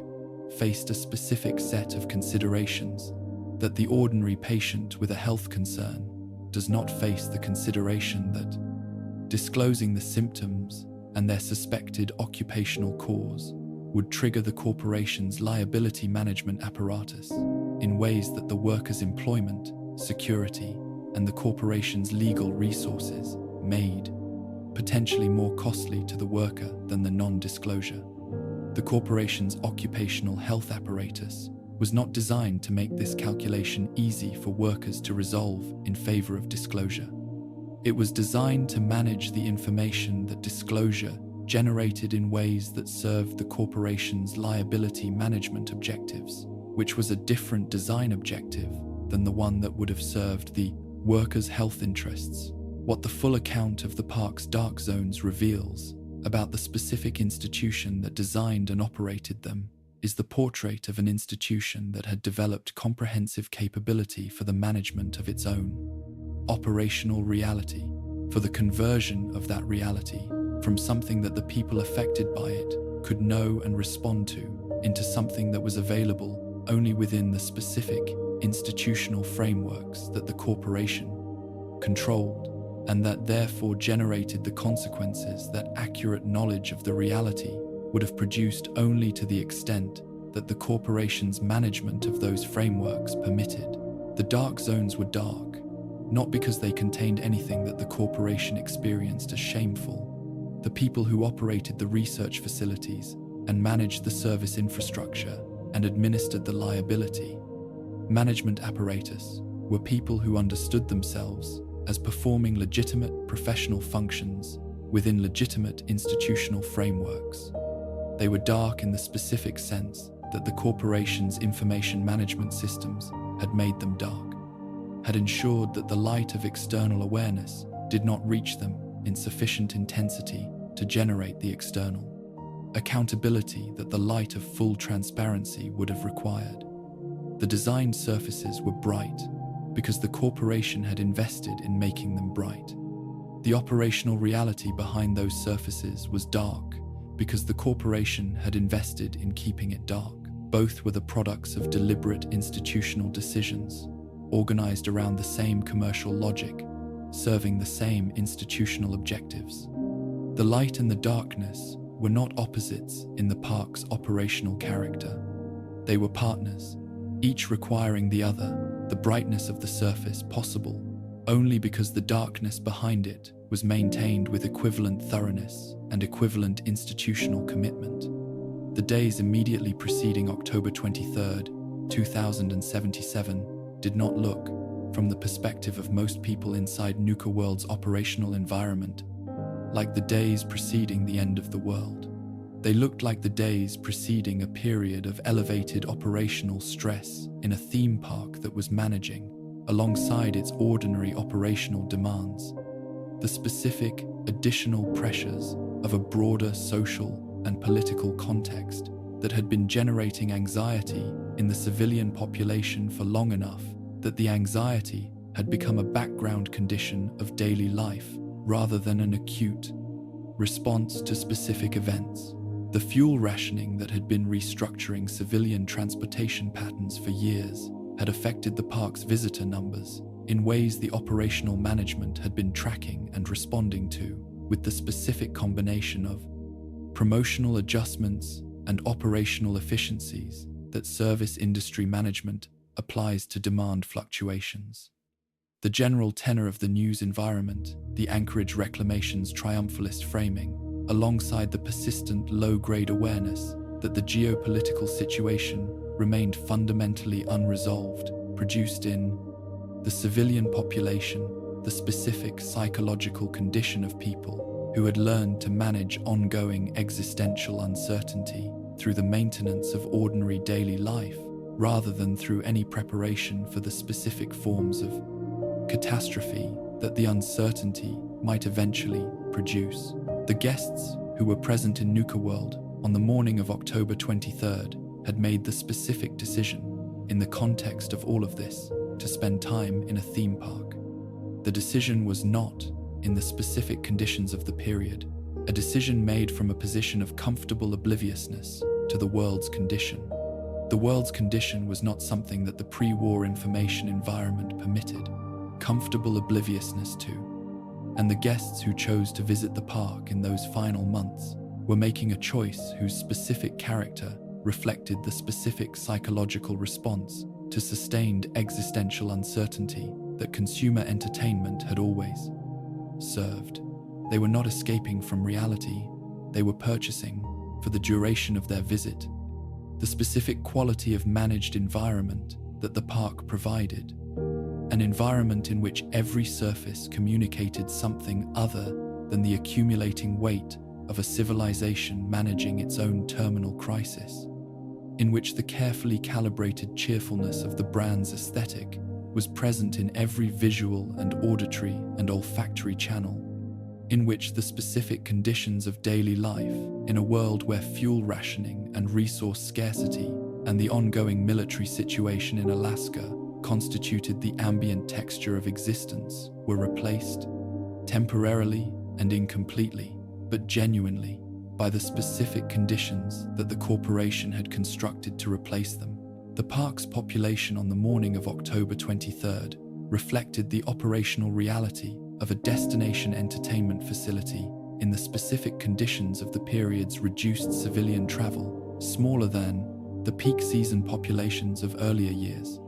demographically reflecting the specific consumer groups whose financial position and whose relationship to the anxieties of the period made a theme park visit both affordable and appealing. In a context where many potential visitors had determined that the expenditure was no longer justifiable, the workers on shift represented the specific staffing configuration that the reduced visitor numbers permitted the operational management to deploy, reduced from the peak staffing levels that full visitor capacity required, organized around the specific operational priorities that the management had determined were most essential to maintain even under reduced visitor conditions. The management personnel, whose presence in the park on that specific morning was a function of whatever scheduling decisions had distributed their working hours across the week, were present in their specific locations within the cast. Park's operational hierarchy in the administrative facilities, in the operational coordination centers, in the guest services deployment throughout the designed environment. None of them had adequate preparation for what was coming. This is not a remarkable observation. No civilian population anywhere in the world had adequate preparation for what October 23rd produced, because the specific form and scale of the nuclear exchange that the day delivered exceeded the preparation frameworks that any civilian planning process had developed for managing it. But the specific character of Nuka-World's population's unpreparedness was shaped by the specific character of the environment they were in, and the specific institutional relationship between that environment and the possibility of catastrophe. A park whose entire operational identity was organized around the production of a specific emotional experience, whose every designed element was calibrated to suppress the awareness of the world's actual conditions and replace it with the managed cheerfulness of the brand environment, was an environment that had specifically not prepared its population for the kind of awareness that genuine emergency preparedness requires. The park's emergency protocols existed because regulatory requirements mandated their existence. They had been developed to address the specific categories of emergency that theme park risk management planning addressed: the individual accident, the localized infrastructure failure, the specific guest medical emergency. They had not been developed to address the cessation of the civilization within which the park's operation was embedded, because the cessation of civilization had not been a category of risk that the park's regulatory compliance framework required to be addressed. The first indication most of the park's population received that something outside the ordinary range of operational complications was occurring came through the specific channels that managed the park's relationship to external information: the radio systems, the communications, infrastructure, the specific points of contact with the world outside the park's designed environment that the operational management maintained for the specific institutional purposes they served. The communications that arrived through those channels in the hours of October 23rd were not communications that the park's management apparatus had protocols for receiving and responding to, because the protocols had been developed for the categories of external communication that the ordinary operation of a theme park required to manage, and not for the categories that the collapse of the civilization the park was embedded in produced.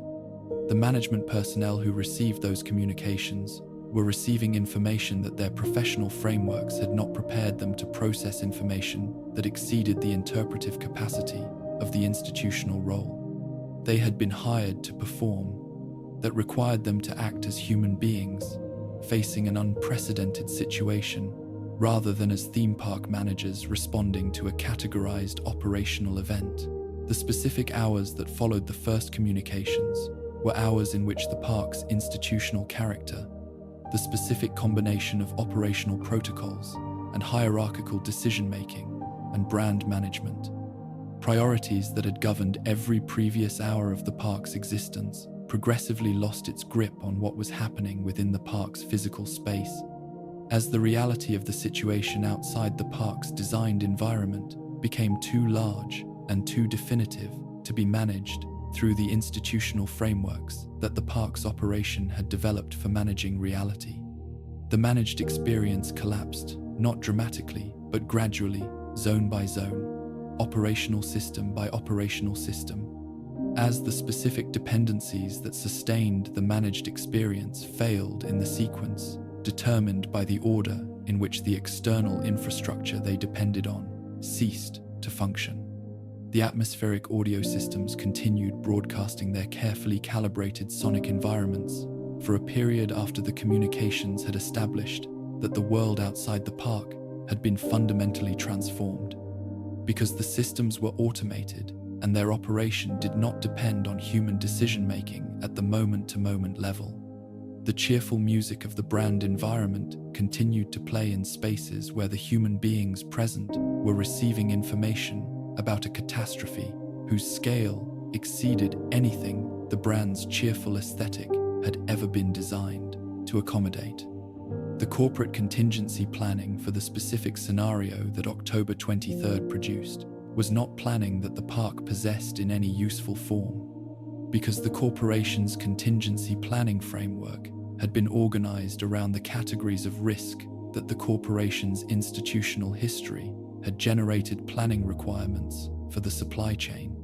disruptions, the regulatory challenges, the reputational crises, the specific operational failures that a large consumer goods company operating a destination theme park might realistically expect to face in the ordinary course of its institutional existence. The specific scenario of nuclear exchange that ended the corporation's institutional existence and converted the park from an operational entertainment facility into a sealed environment containing thousands of people with no reliable access to external support was not a scenario that the planning framework had produced a response protocol for, because producing such a protocol would have required the corporation to engage seriously with the possibility of its own institutional non-existence, an engagement that the specific psychology of institutional self-preservation consistently prevents. The physical consequences of the bombs for the park's operational systems were the physical consequences of a facility whose engineering had been organized around the assumption of continued access to the external infrastructure. It depended on the power grid, the supply chains, the communications networks, the transportation infrastructure that connected the park to the world outside it. The specific sequence in which these dependencies failed as the external infrastructure collapsed determined the sequence in which the park's operational systems lost their function. The climate control that had maintained the simple, specific atmospheric conditions, the designed experience required, the food and beverage supply chains that had stocked the park's extensive catering infrastructure, the communication systems that had connected the park's operational management to the external world from which it received the information and the resources that its continued operation required. The park's backup systems, the generators, the reserve water supplies, the emergency provisions that the regulatory framework had required the park to maintain to extended the functional period of some of these systems by hours or days, rather than eliminating the dependency that the external infrastructure's collapse had created. The radiological consequences of the bombs for the park's specific operational environment were consequences shaped by the specific radiological infrastructure that the corporation's research agenda had installed within the found park's footprint. The systems that had been managing the radiological risks that the quantum production and storage infrastructure created, the shielding, the containment, the active monitoring systems, whose continued function depended on the operational power supply that the grid's failure had eliminated, ceased to function in the sequence determined by the specific engineering dependencies of each system. The passive protections remained, The active management systems did not. The specific change in the park's radiological profile that the failure of the active management systems produced was a change that the monitoring equipment that had been tracking the park's radiological environment would have documented clearly. If the monitoring equipment had remained operational, a change that converted the park's radiological environment from one that was hazardous but managed into one that was hazardous and unmanaged, in conditions that were already radiologically elevated by the bomb's broader effects on the surrounding landscape. The social dynamics of the park's trapped population in the days following October 23rd constituted the specific social experiment that the destruction of the institutional frameworks that had previously organized the population's relationships revealed the experiment of what human beings do when the institutional structures that have been governing their interactions are suddenly removed and replaced with the specific conditions of shared, catastrophic circumstances. The population that remained in the park was not a homogeneous group whose prior social organization provided a natural basis for the organization required by their new circumstances. It was the specific collection of individuals that the scheduling decisions and visitor patterns of a particular day had assembled in a particular place. Park management personnel, whose institutional authority had been organized around the management of a consumer experience that no longer existed. Service workers, whose employment relationship to an institution that had ceased to function provided no basis for their current circumstances. Guests whose relationship to the park had been defined entirely by their consumer role, and who were now required to be something other than consumers, in an environment that had been designed exclusively for their consumption. The specific hierarchies and alliances and conflicts that emerged within this population across the days and weeks following the bombs reflected the specific combination of individual character and circumstantial positioning that genuine crisis always reveals in the populations. It affects the people whose prior institutional authority translated into effective leadership in the new circumstances, and those for whom it did not. The people whose specific skills and personal resources became valuable in the new context, and those whose pre-crisis value to the park's operational system was entirely irrelevant to what the post-crisis situation required. The specific formation of the coalitions and the specific emergence of the conflicts that the combination of scarcity and uncertainty and the absence of external authority reliably produces in populations managing shared catastrophic circumstances without adequate preparation or resources. 2 centuries is a duration that exceeds the span of any individual consciousness and most institutional memories, and what it does to a physical space that has been left without the active management that sustained its designed character is not simply decay in the ordinary sense of gradual deterioration, but something more complex and more interesting. The progressive replacement of the designed environment's intended character by the character that the physical materials and the biological processes and the specific conditions of the post-war world produce when they operate on those materials, without the management that had previously constrained their operation.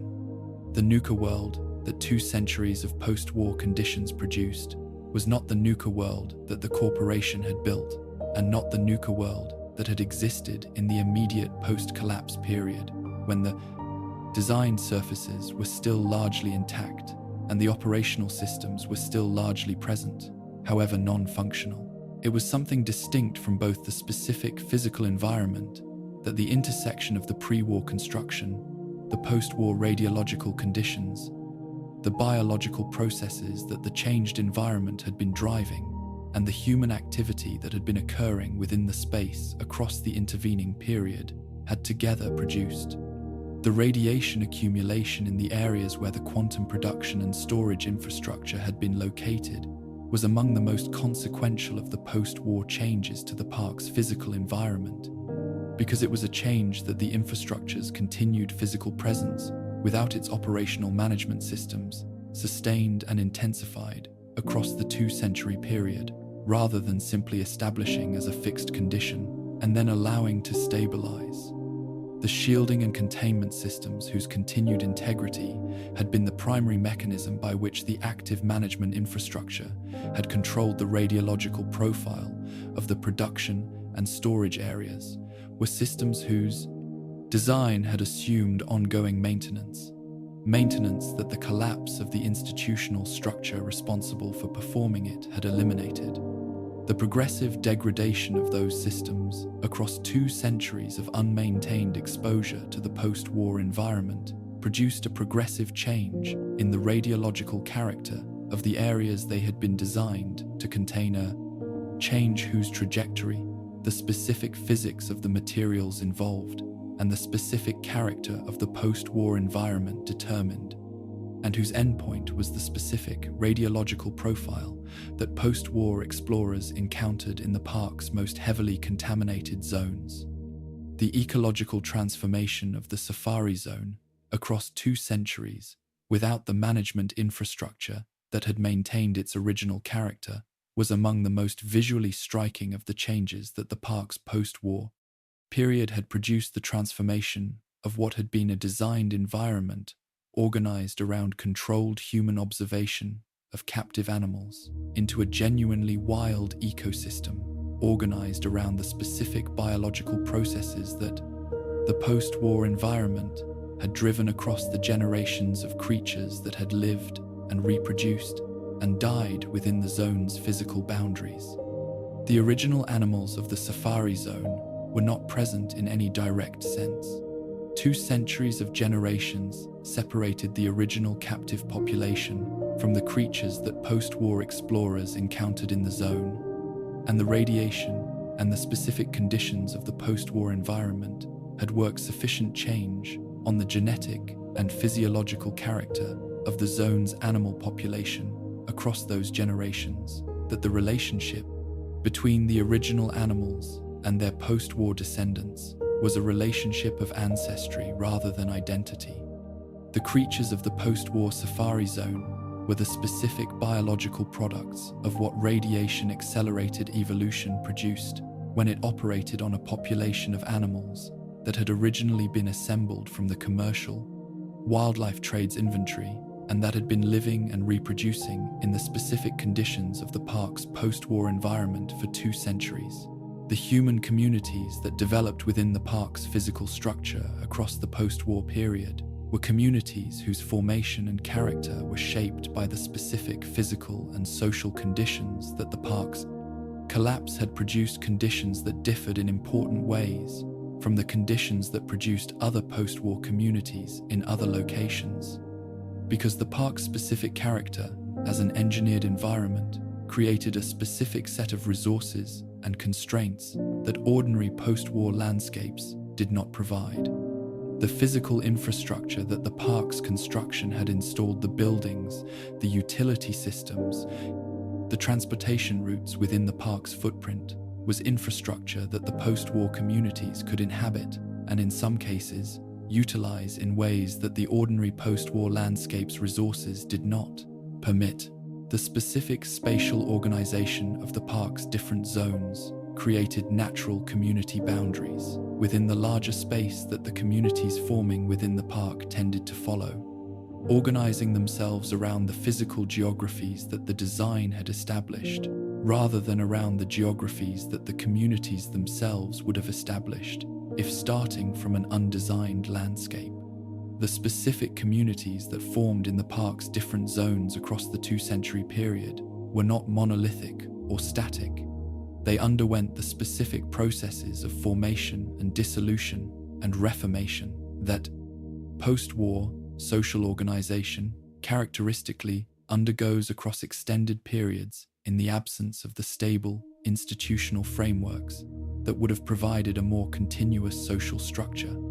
The communities that existed in the park at any specific point in the post-war period were the specific products of the social dynamics that the preceding period had produced, of the conflicts and alliances and power shifts and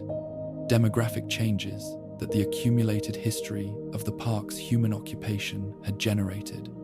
The specific communities that the park's post-war period eventually produced at the point where the wasteland's broader social dynamics brought external forces to bear on the park's internal organization were communities whose character had been shaped by 2 centuries of this, specifically post-war social process, communities that were recognizably post-war in their fundamental organization around the specific priorities of survival and resource control and the management of threat, and that were also specifically shaped by the particular environment in which that general post-war social process had been occurring. The material resources that the park's physical structure had preserved across the 2-century period constituted one of the primary drivers of the power dynamics that developed within the park's human communities. Specific combination of pre-war construction quality, physical scale, and the particular preservation conditions of the park's specific location that had maintained sufficient material value in the park's buildings and infrastructure and contents to make control of those resources a significant determinant of community power. The pre-war consumer goods that the park's storage areas and retail facilities had contained at the time of the collapse, the Nuka-Cola products, the branded merchandise, the food supplies, the operational equipment had been consumed and distributed and traded across the 2-century period in ways that progressively reduced the original inventory while maintaining the knowledge of its existence and the specific cache of whatever remained as a continuing source of value in the communities organized around its control. The park's physical infrastructure, the buildings that remained habitable, the water systems that could be made operational, the power generation systems that could be restored to partial function, constituted a different category of material resource whose value was not diminished by consumption, but was maintained across the post-war period as the primary determinant of which zones of the park were worth controlling and what controlling them was worth. The specific knowledge that accumulated within the park's communities across the post-war period about the park's physical environment, its resources, its hazards, its specific geographical character, and how that character could be navigated to serve community survival, was knowledge that the 2-century period of continuous human occupation had developed into the specific form of local expertise that extended residence in a specific environment always produces. The communities that had been in the park longest had developed the most comprehensive knowledge of what the park actually contained and how that content could be used, knowledge that was not available in any surviving documentation, but was carried in the specific practices and understandings of the people whose accumulated experience and whose inheritance from the people whose experience had preceded theirs constituted the community's operational intelligence about its own environment. This knowledge was among the most valuable resources the park's communities possessed, and its distribution within and between communities was a significant determinant of the specific power dynamics that the park's social organization reflected at any given point in its post-war history. The park's isolation from the broader wasteland's social and economic networks across significant portions of the post-war period was a condition produced by the specific combination of the park's geographic location, the radiological and threat profile of the surrounding landscape, and the specific character of the communities that had established themselves within the park and whose organizational interest in controlling access to the park's resources created incentives for maintaining the park's isolation from external contact that might challenge that control. This isolation was not absolute. The park had contacts with external communities and with the broader wastelands trading and raiding networks across the post-war period, but it was sufficient to allow the park's internal communities to develop their specific social organization across extended periods without the external disruption that more frequent contact with the broader wasteland would have produced. The result was the specific social character that the park's communities had developed by the time that the wasteland's broader dynamics brought more sustained external attention to bear on what the park contained and who controlled it, a social character that was recognizably post-war in its fundamental features, and that was also specifically shaped by 2 centuries of development within a specific and unusual physical environment whose character continued to influence everything that happened within it. The operators did not think of themselves as heirs to the Nuka-Cola Corporation. The specific self-understanding that the operators had developed across the process of their establishment as the dominant economic faction within Nuka-World was not an understanding organized around continuity with the institution that had built the space they now controlled. It was an understanding organized around the specific, pragmatic logic of resource control in a post-war environment where the primary currencies of power were the ability to provide what other people needed and the ability to extract value from the provision. But the structural features of the operator's organization, the specific combination of commercial orientation, hierarchical discipline,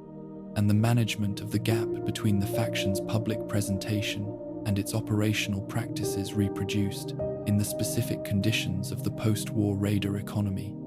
The structural features that the Nuka-Cola Corporation had developed in the specific conditions of the pre-war consumer economy,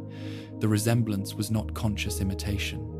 It was the convergent result of 2 institutions organized around the same fundamental logic, the logic of extracting value from the control of resources that other people required operating in environments that were different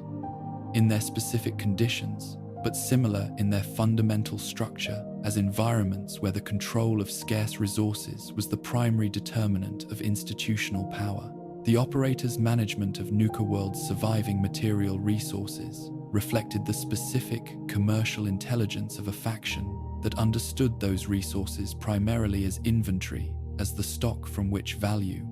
could be extracted through the specific commercial mechanisms that the raider economy's version of trade and exchange permitted.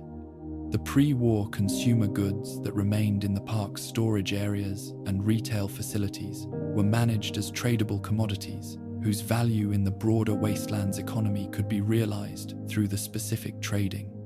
relationships that the operators maintained with the external communities and traders whose access to the park they controlled. The park's physical infrastructure, the buildings and the power systems and the water supply and the specific amenities that the pre-war construction had installed was managed as the capital base from which the operator's economic position was sustained, maintained to the extent that maintenance served the economic return, and allowed to deteriorate to the extent that the maintenance cost exceeded the return that continued functionality produced.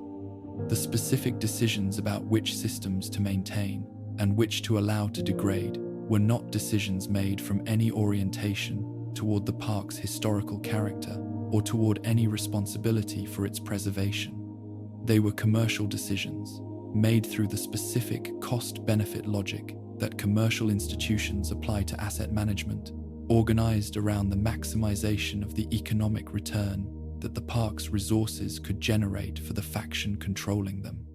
The operator's relationship to the other factions present in the park, the Pack and the Disciples, was the relationship of a commercial entity, managing its relationship to parties whose cooperation it required and whose competition it needed to contain within bounds, compatible with the continued operation of the commercial enterprise that constituted the operator's primary institutional objective.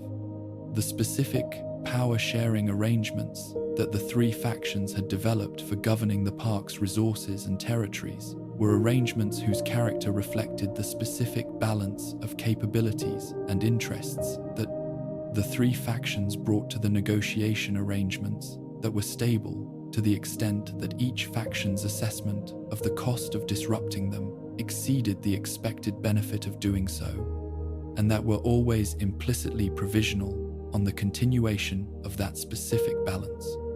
The operator's preferred outcome in this dynamic was the maintenance of an equilibrium that allowed commercial activity to continue not from any commitment to peace as a value in itself, but from the specific commercial recognition that the instability of sustained violent conflict within the park's limited territorial boundaries was bad for business in the specific sense that it disrupted the trading relationships.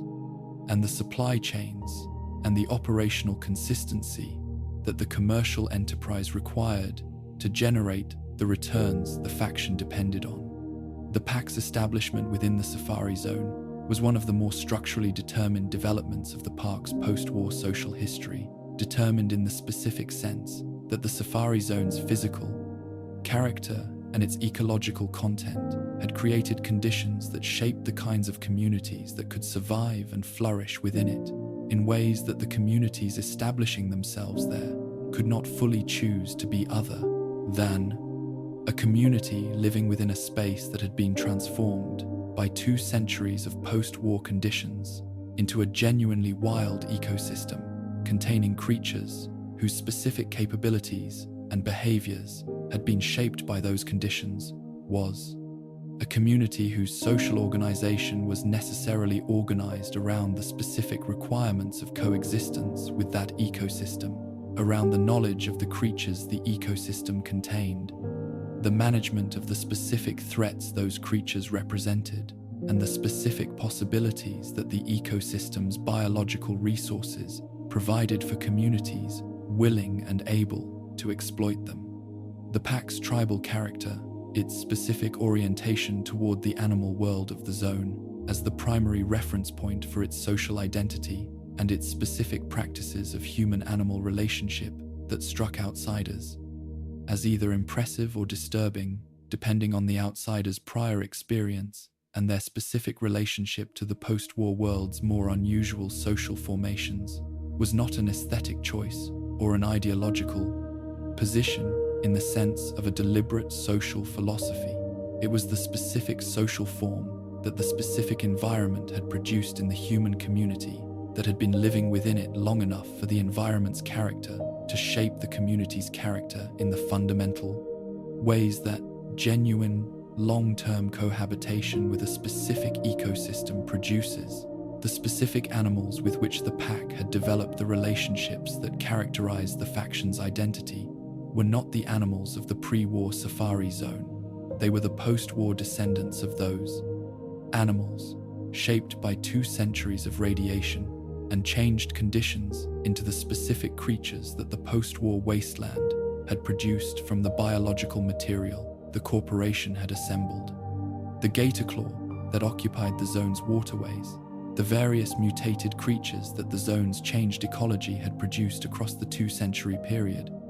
and the specific behavioral and biological characteristics that the post-war conditions had developed in the zone's animal population were the fauna with which the Pack's relationship had been built, and the building of that relationship across the generations of the Pack's establishment in the zone had produced, in the human community, the specific knowledge and the specific practices and the specific orientation toward the animal world that the faction's social identity expressed. This was not the relationship that the pre-war Safari Zone's designers had envisioned when they assembled the zone's original animal population to provide encounters that paying guests would find thrilling and memorable.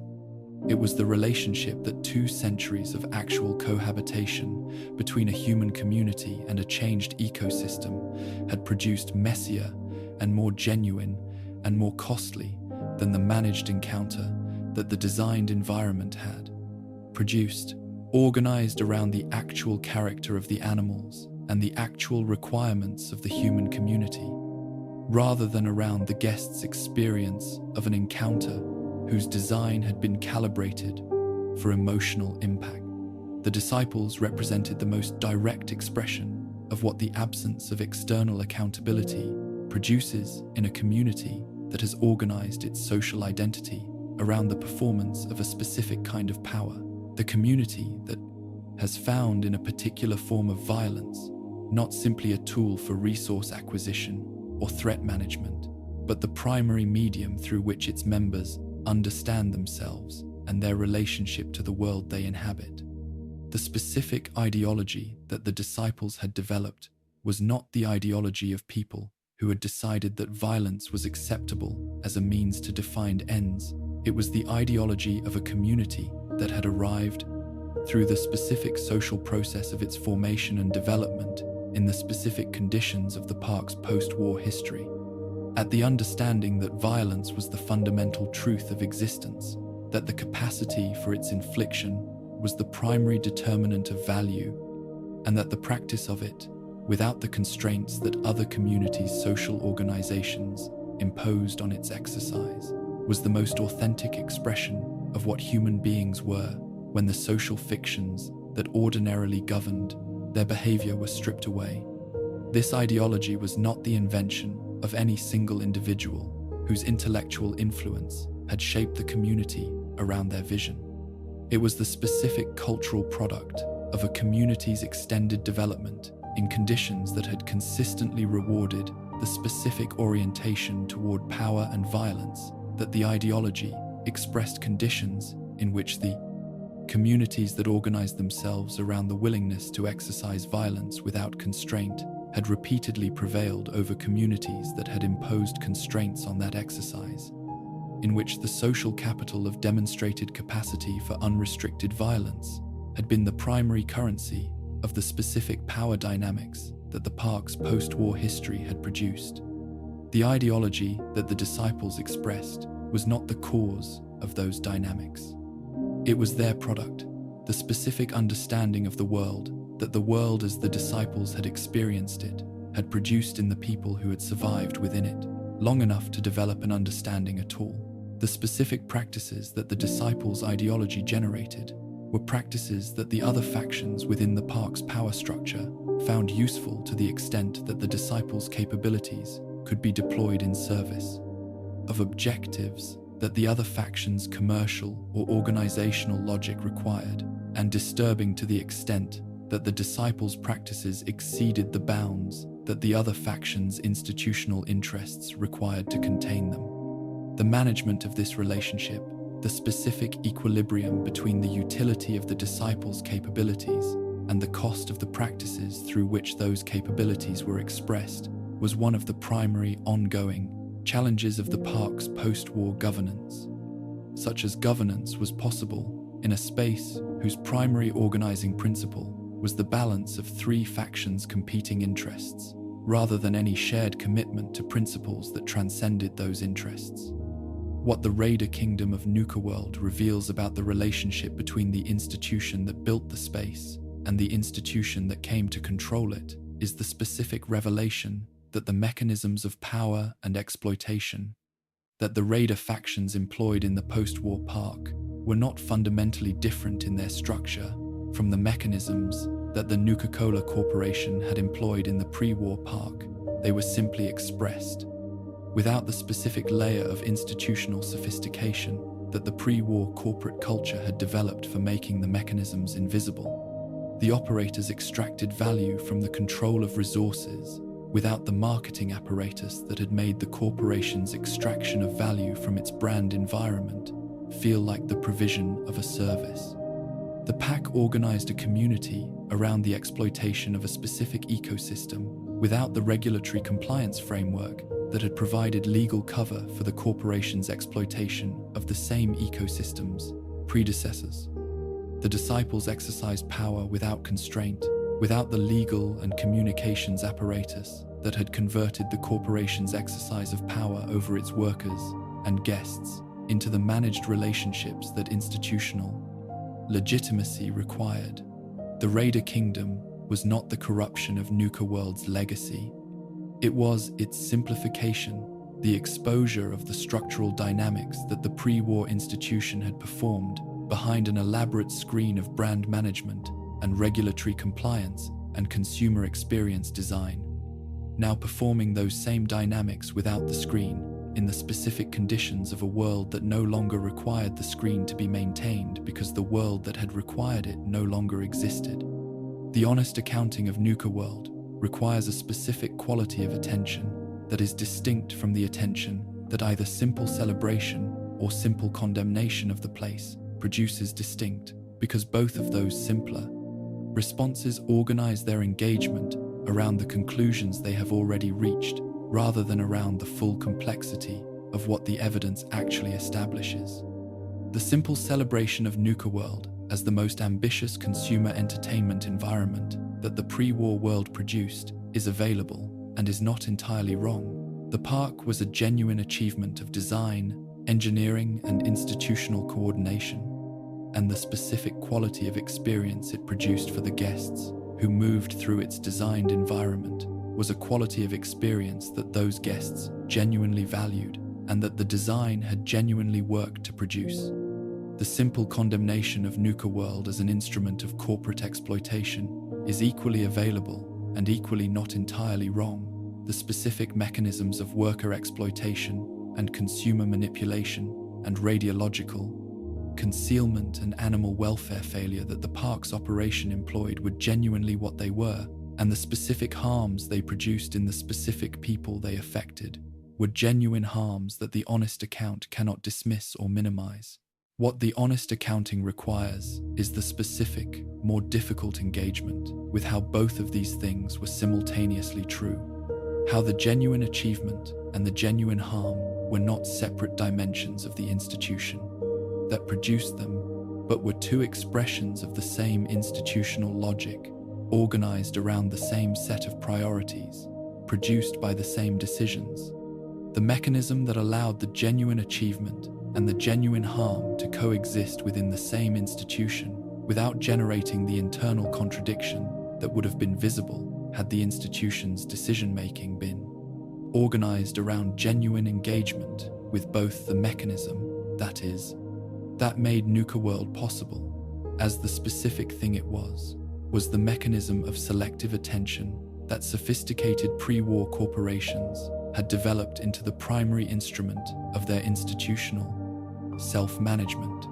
The selective attention was not hypocrisy in the simple sense of a knowing pretense. It was not the performance of values that the institution privately understood it did not hold. It was the more pervasive and more difficult phenomenon of an institutional framework that had been specifically constructed to make certain questions difficult to ask and certain information difficult to see, so that the people operating within the framework could genuinely not know what the honest accounting of their institution's activities would have established, because the institutional framework had been organized to prevent the honest accounting from occurring. The designers who created Nuka-World's attractions were genuinely committed to producing an exceptional guest experience. The brand managers who cultivated the emotional associations that made the park commercially viable were genuinely invested in the brand's positive cultural significance.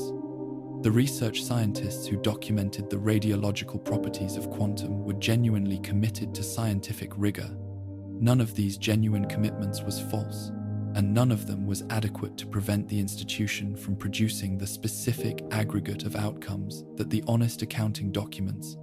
because none of them was organized around the question of what the institution's activities were actually doing to the people they affected. Each was organized around the question of what the specific professional function it represented was supposed to accomplish,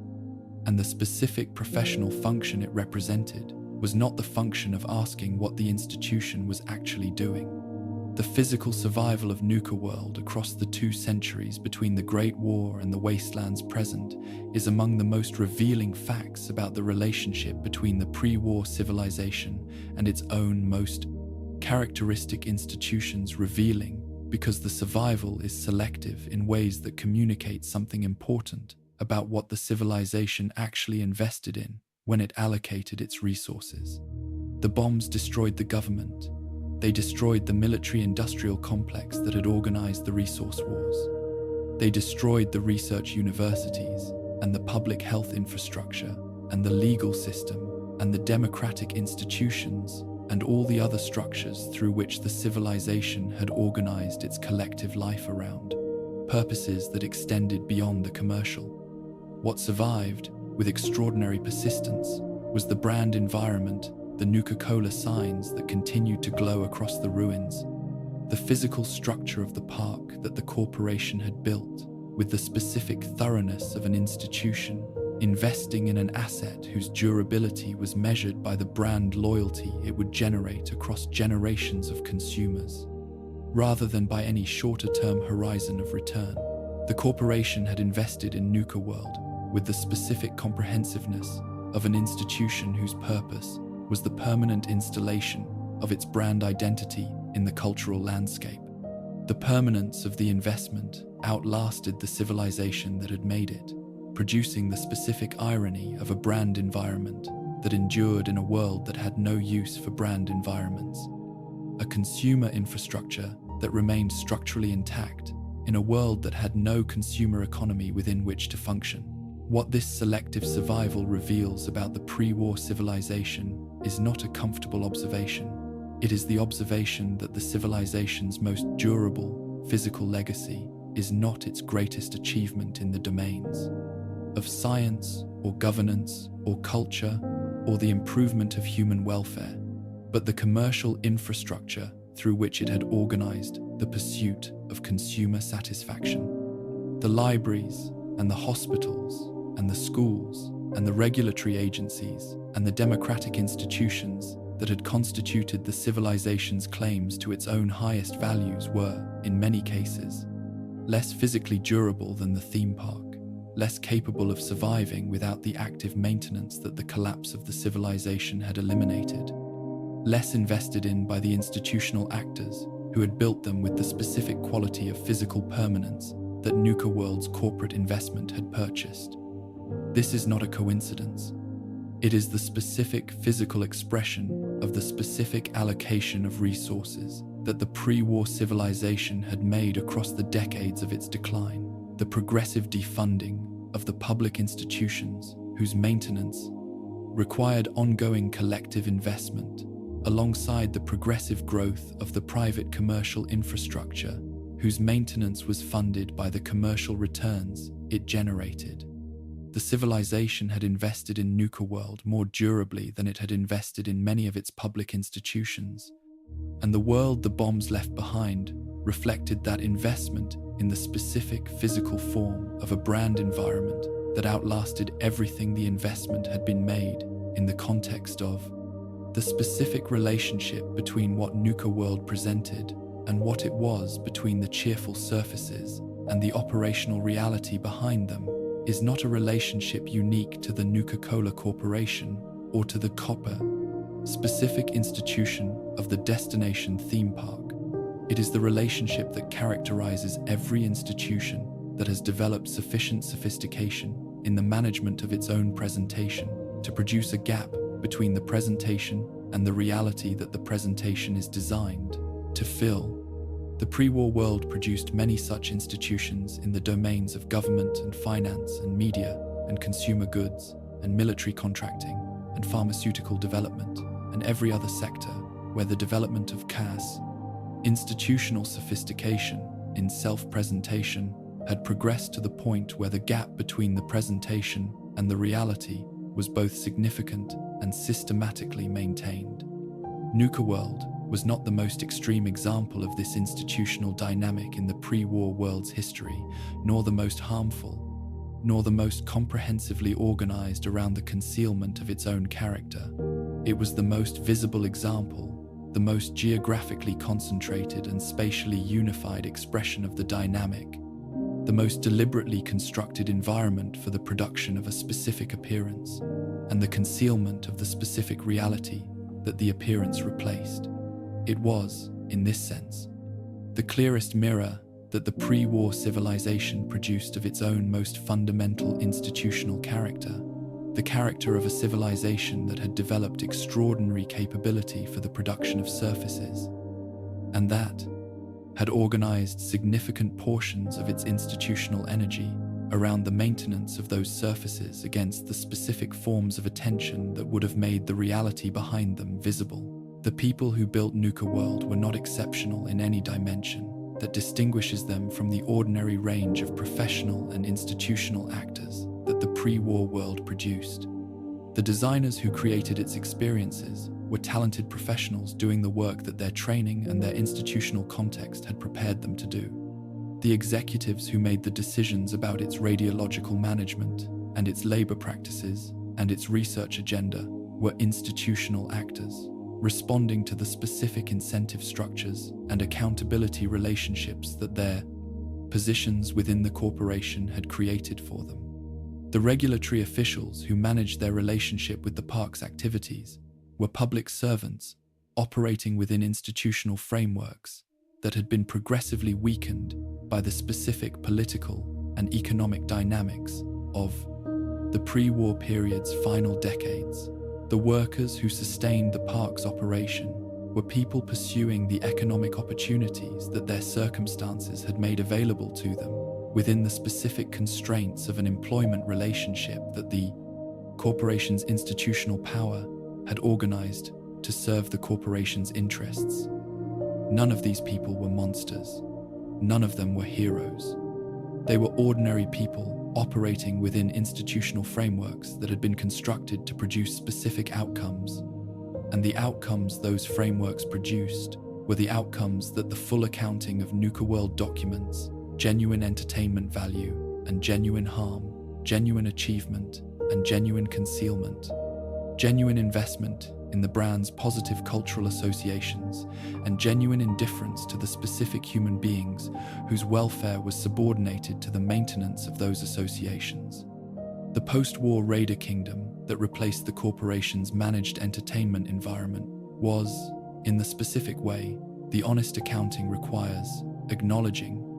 a more honest expression of the same institutional logic. More honest, not in the sense of being morally superior, but in the sense of being less mediated,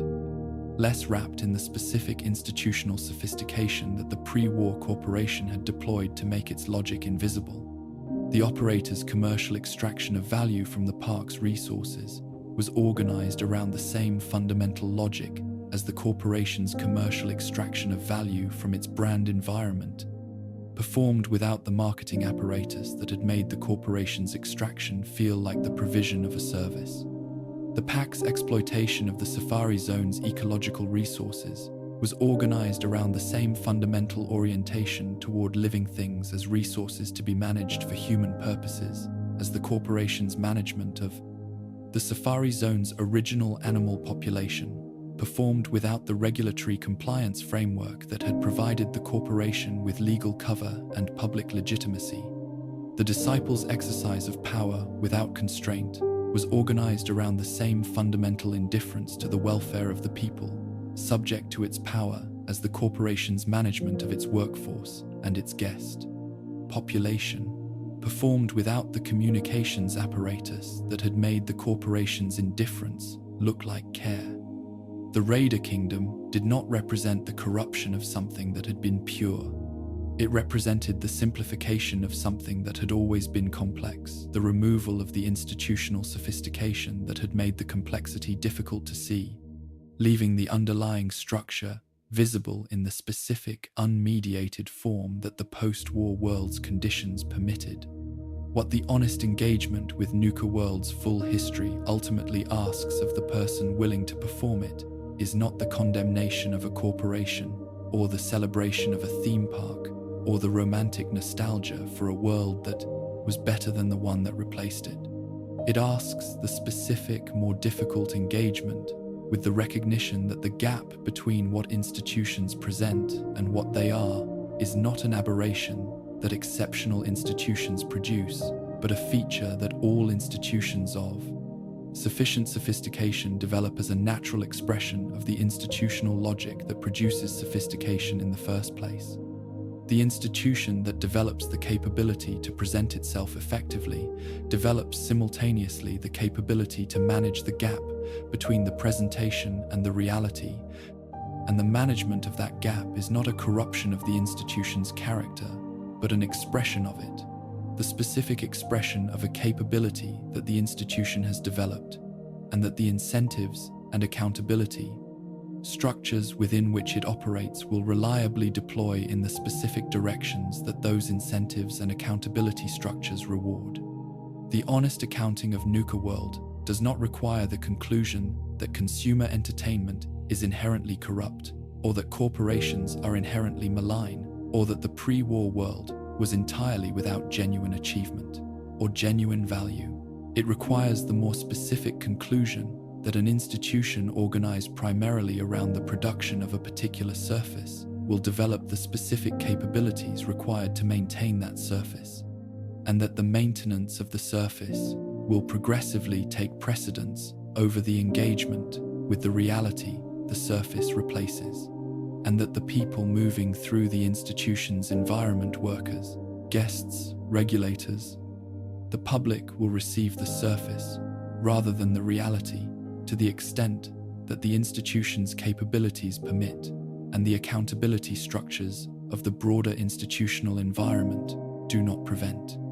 Nuka-World was the most comprehensively realized version of this dynamic that the pre-war world produced. Its physical persistence in the wasteland is the most durable, available reminder that the dynamic outlasts the civilizations it produces. The Nuka-Cola signs still glow in the dark of what Nuka-World has become, powered now by whatever post-war technical ingenuity has maintained the specific infrastructure that keeps them operational, or simply by the specific irradiated properties of the materials that the pre-war corporation had installed in them when it built an environment designed to shine across the longest possible horizon of consumer time. Their glow illuminates nothing that the corporation intended them to illuminate. No consumer experience, no brand relationship, no carefully designed emotional journey through a themed environment calibrated for maximum brand attachment. They illuminate the ruins of the managed surface and the reality that the management of the surface was designed to conceal, which has been present all along, which was always there behind the lights, which required only the destruction of the institution that maintained the concealment to become as visible as the signs themselves. Rest now, wanderer. The park is quiet in a way it was never designed to be quiet, designed for the specific noise of managed consumer experience, for the ambient audio and the mechanical sounds of attractions in operation, and the voices of guests moving through a designed environment whose every surface was calibrated for maximum emotional impact. The quiet that has replaced all of that is not the quiet of peace, which the park never contained even in its operational years, but the quiet of honesty, the specific quiet that remains when the machinery of appearance has stopped, and what is left is simply what was always there. The signs glow in the dark, the ruins hold their history. The fire is warm, the watch is kept. Sleep now, gently, and carry what the lights illuminate into whatever morning the wasteland provides.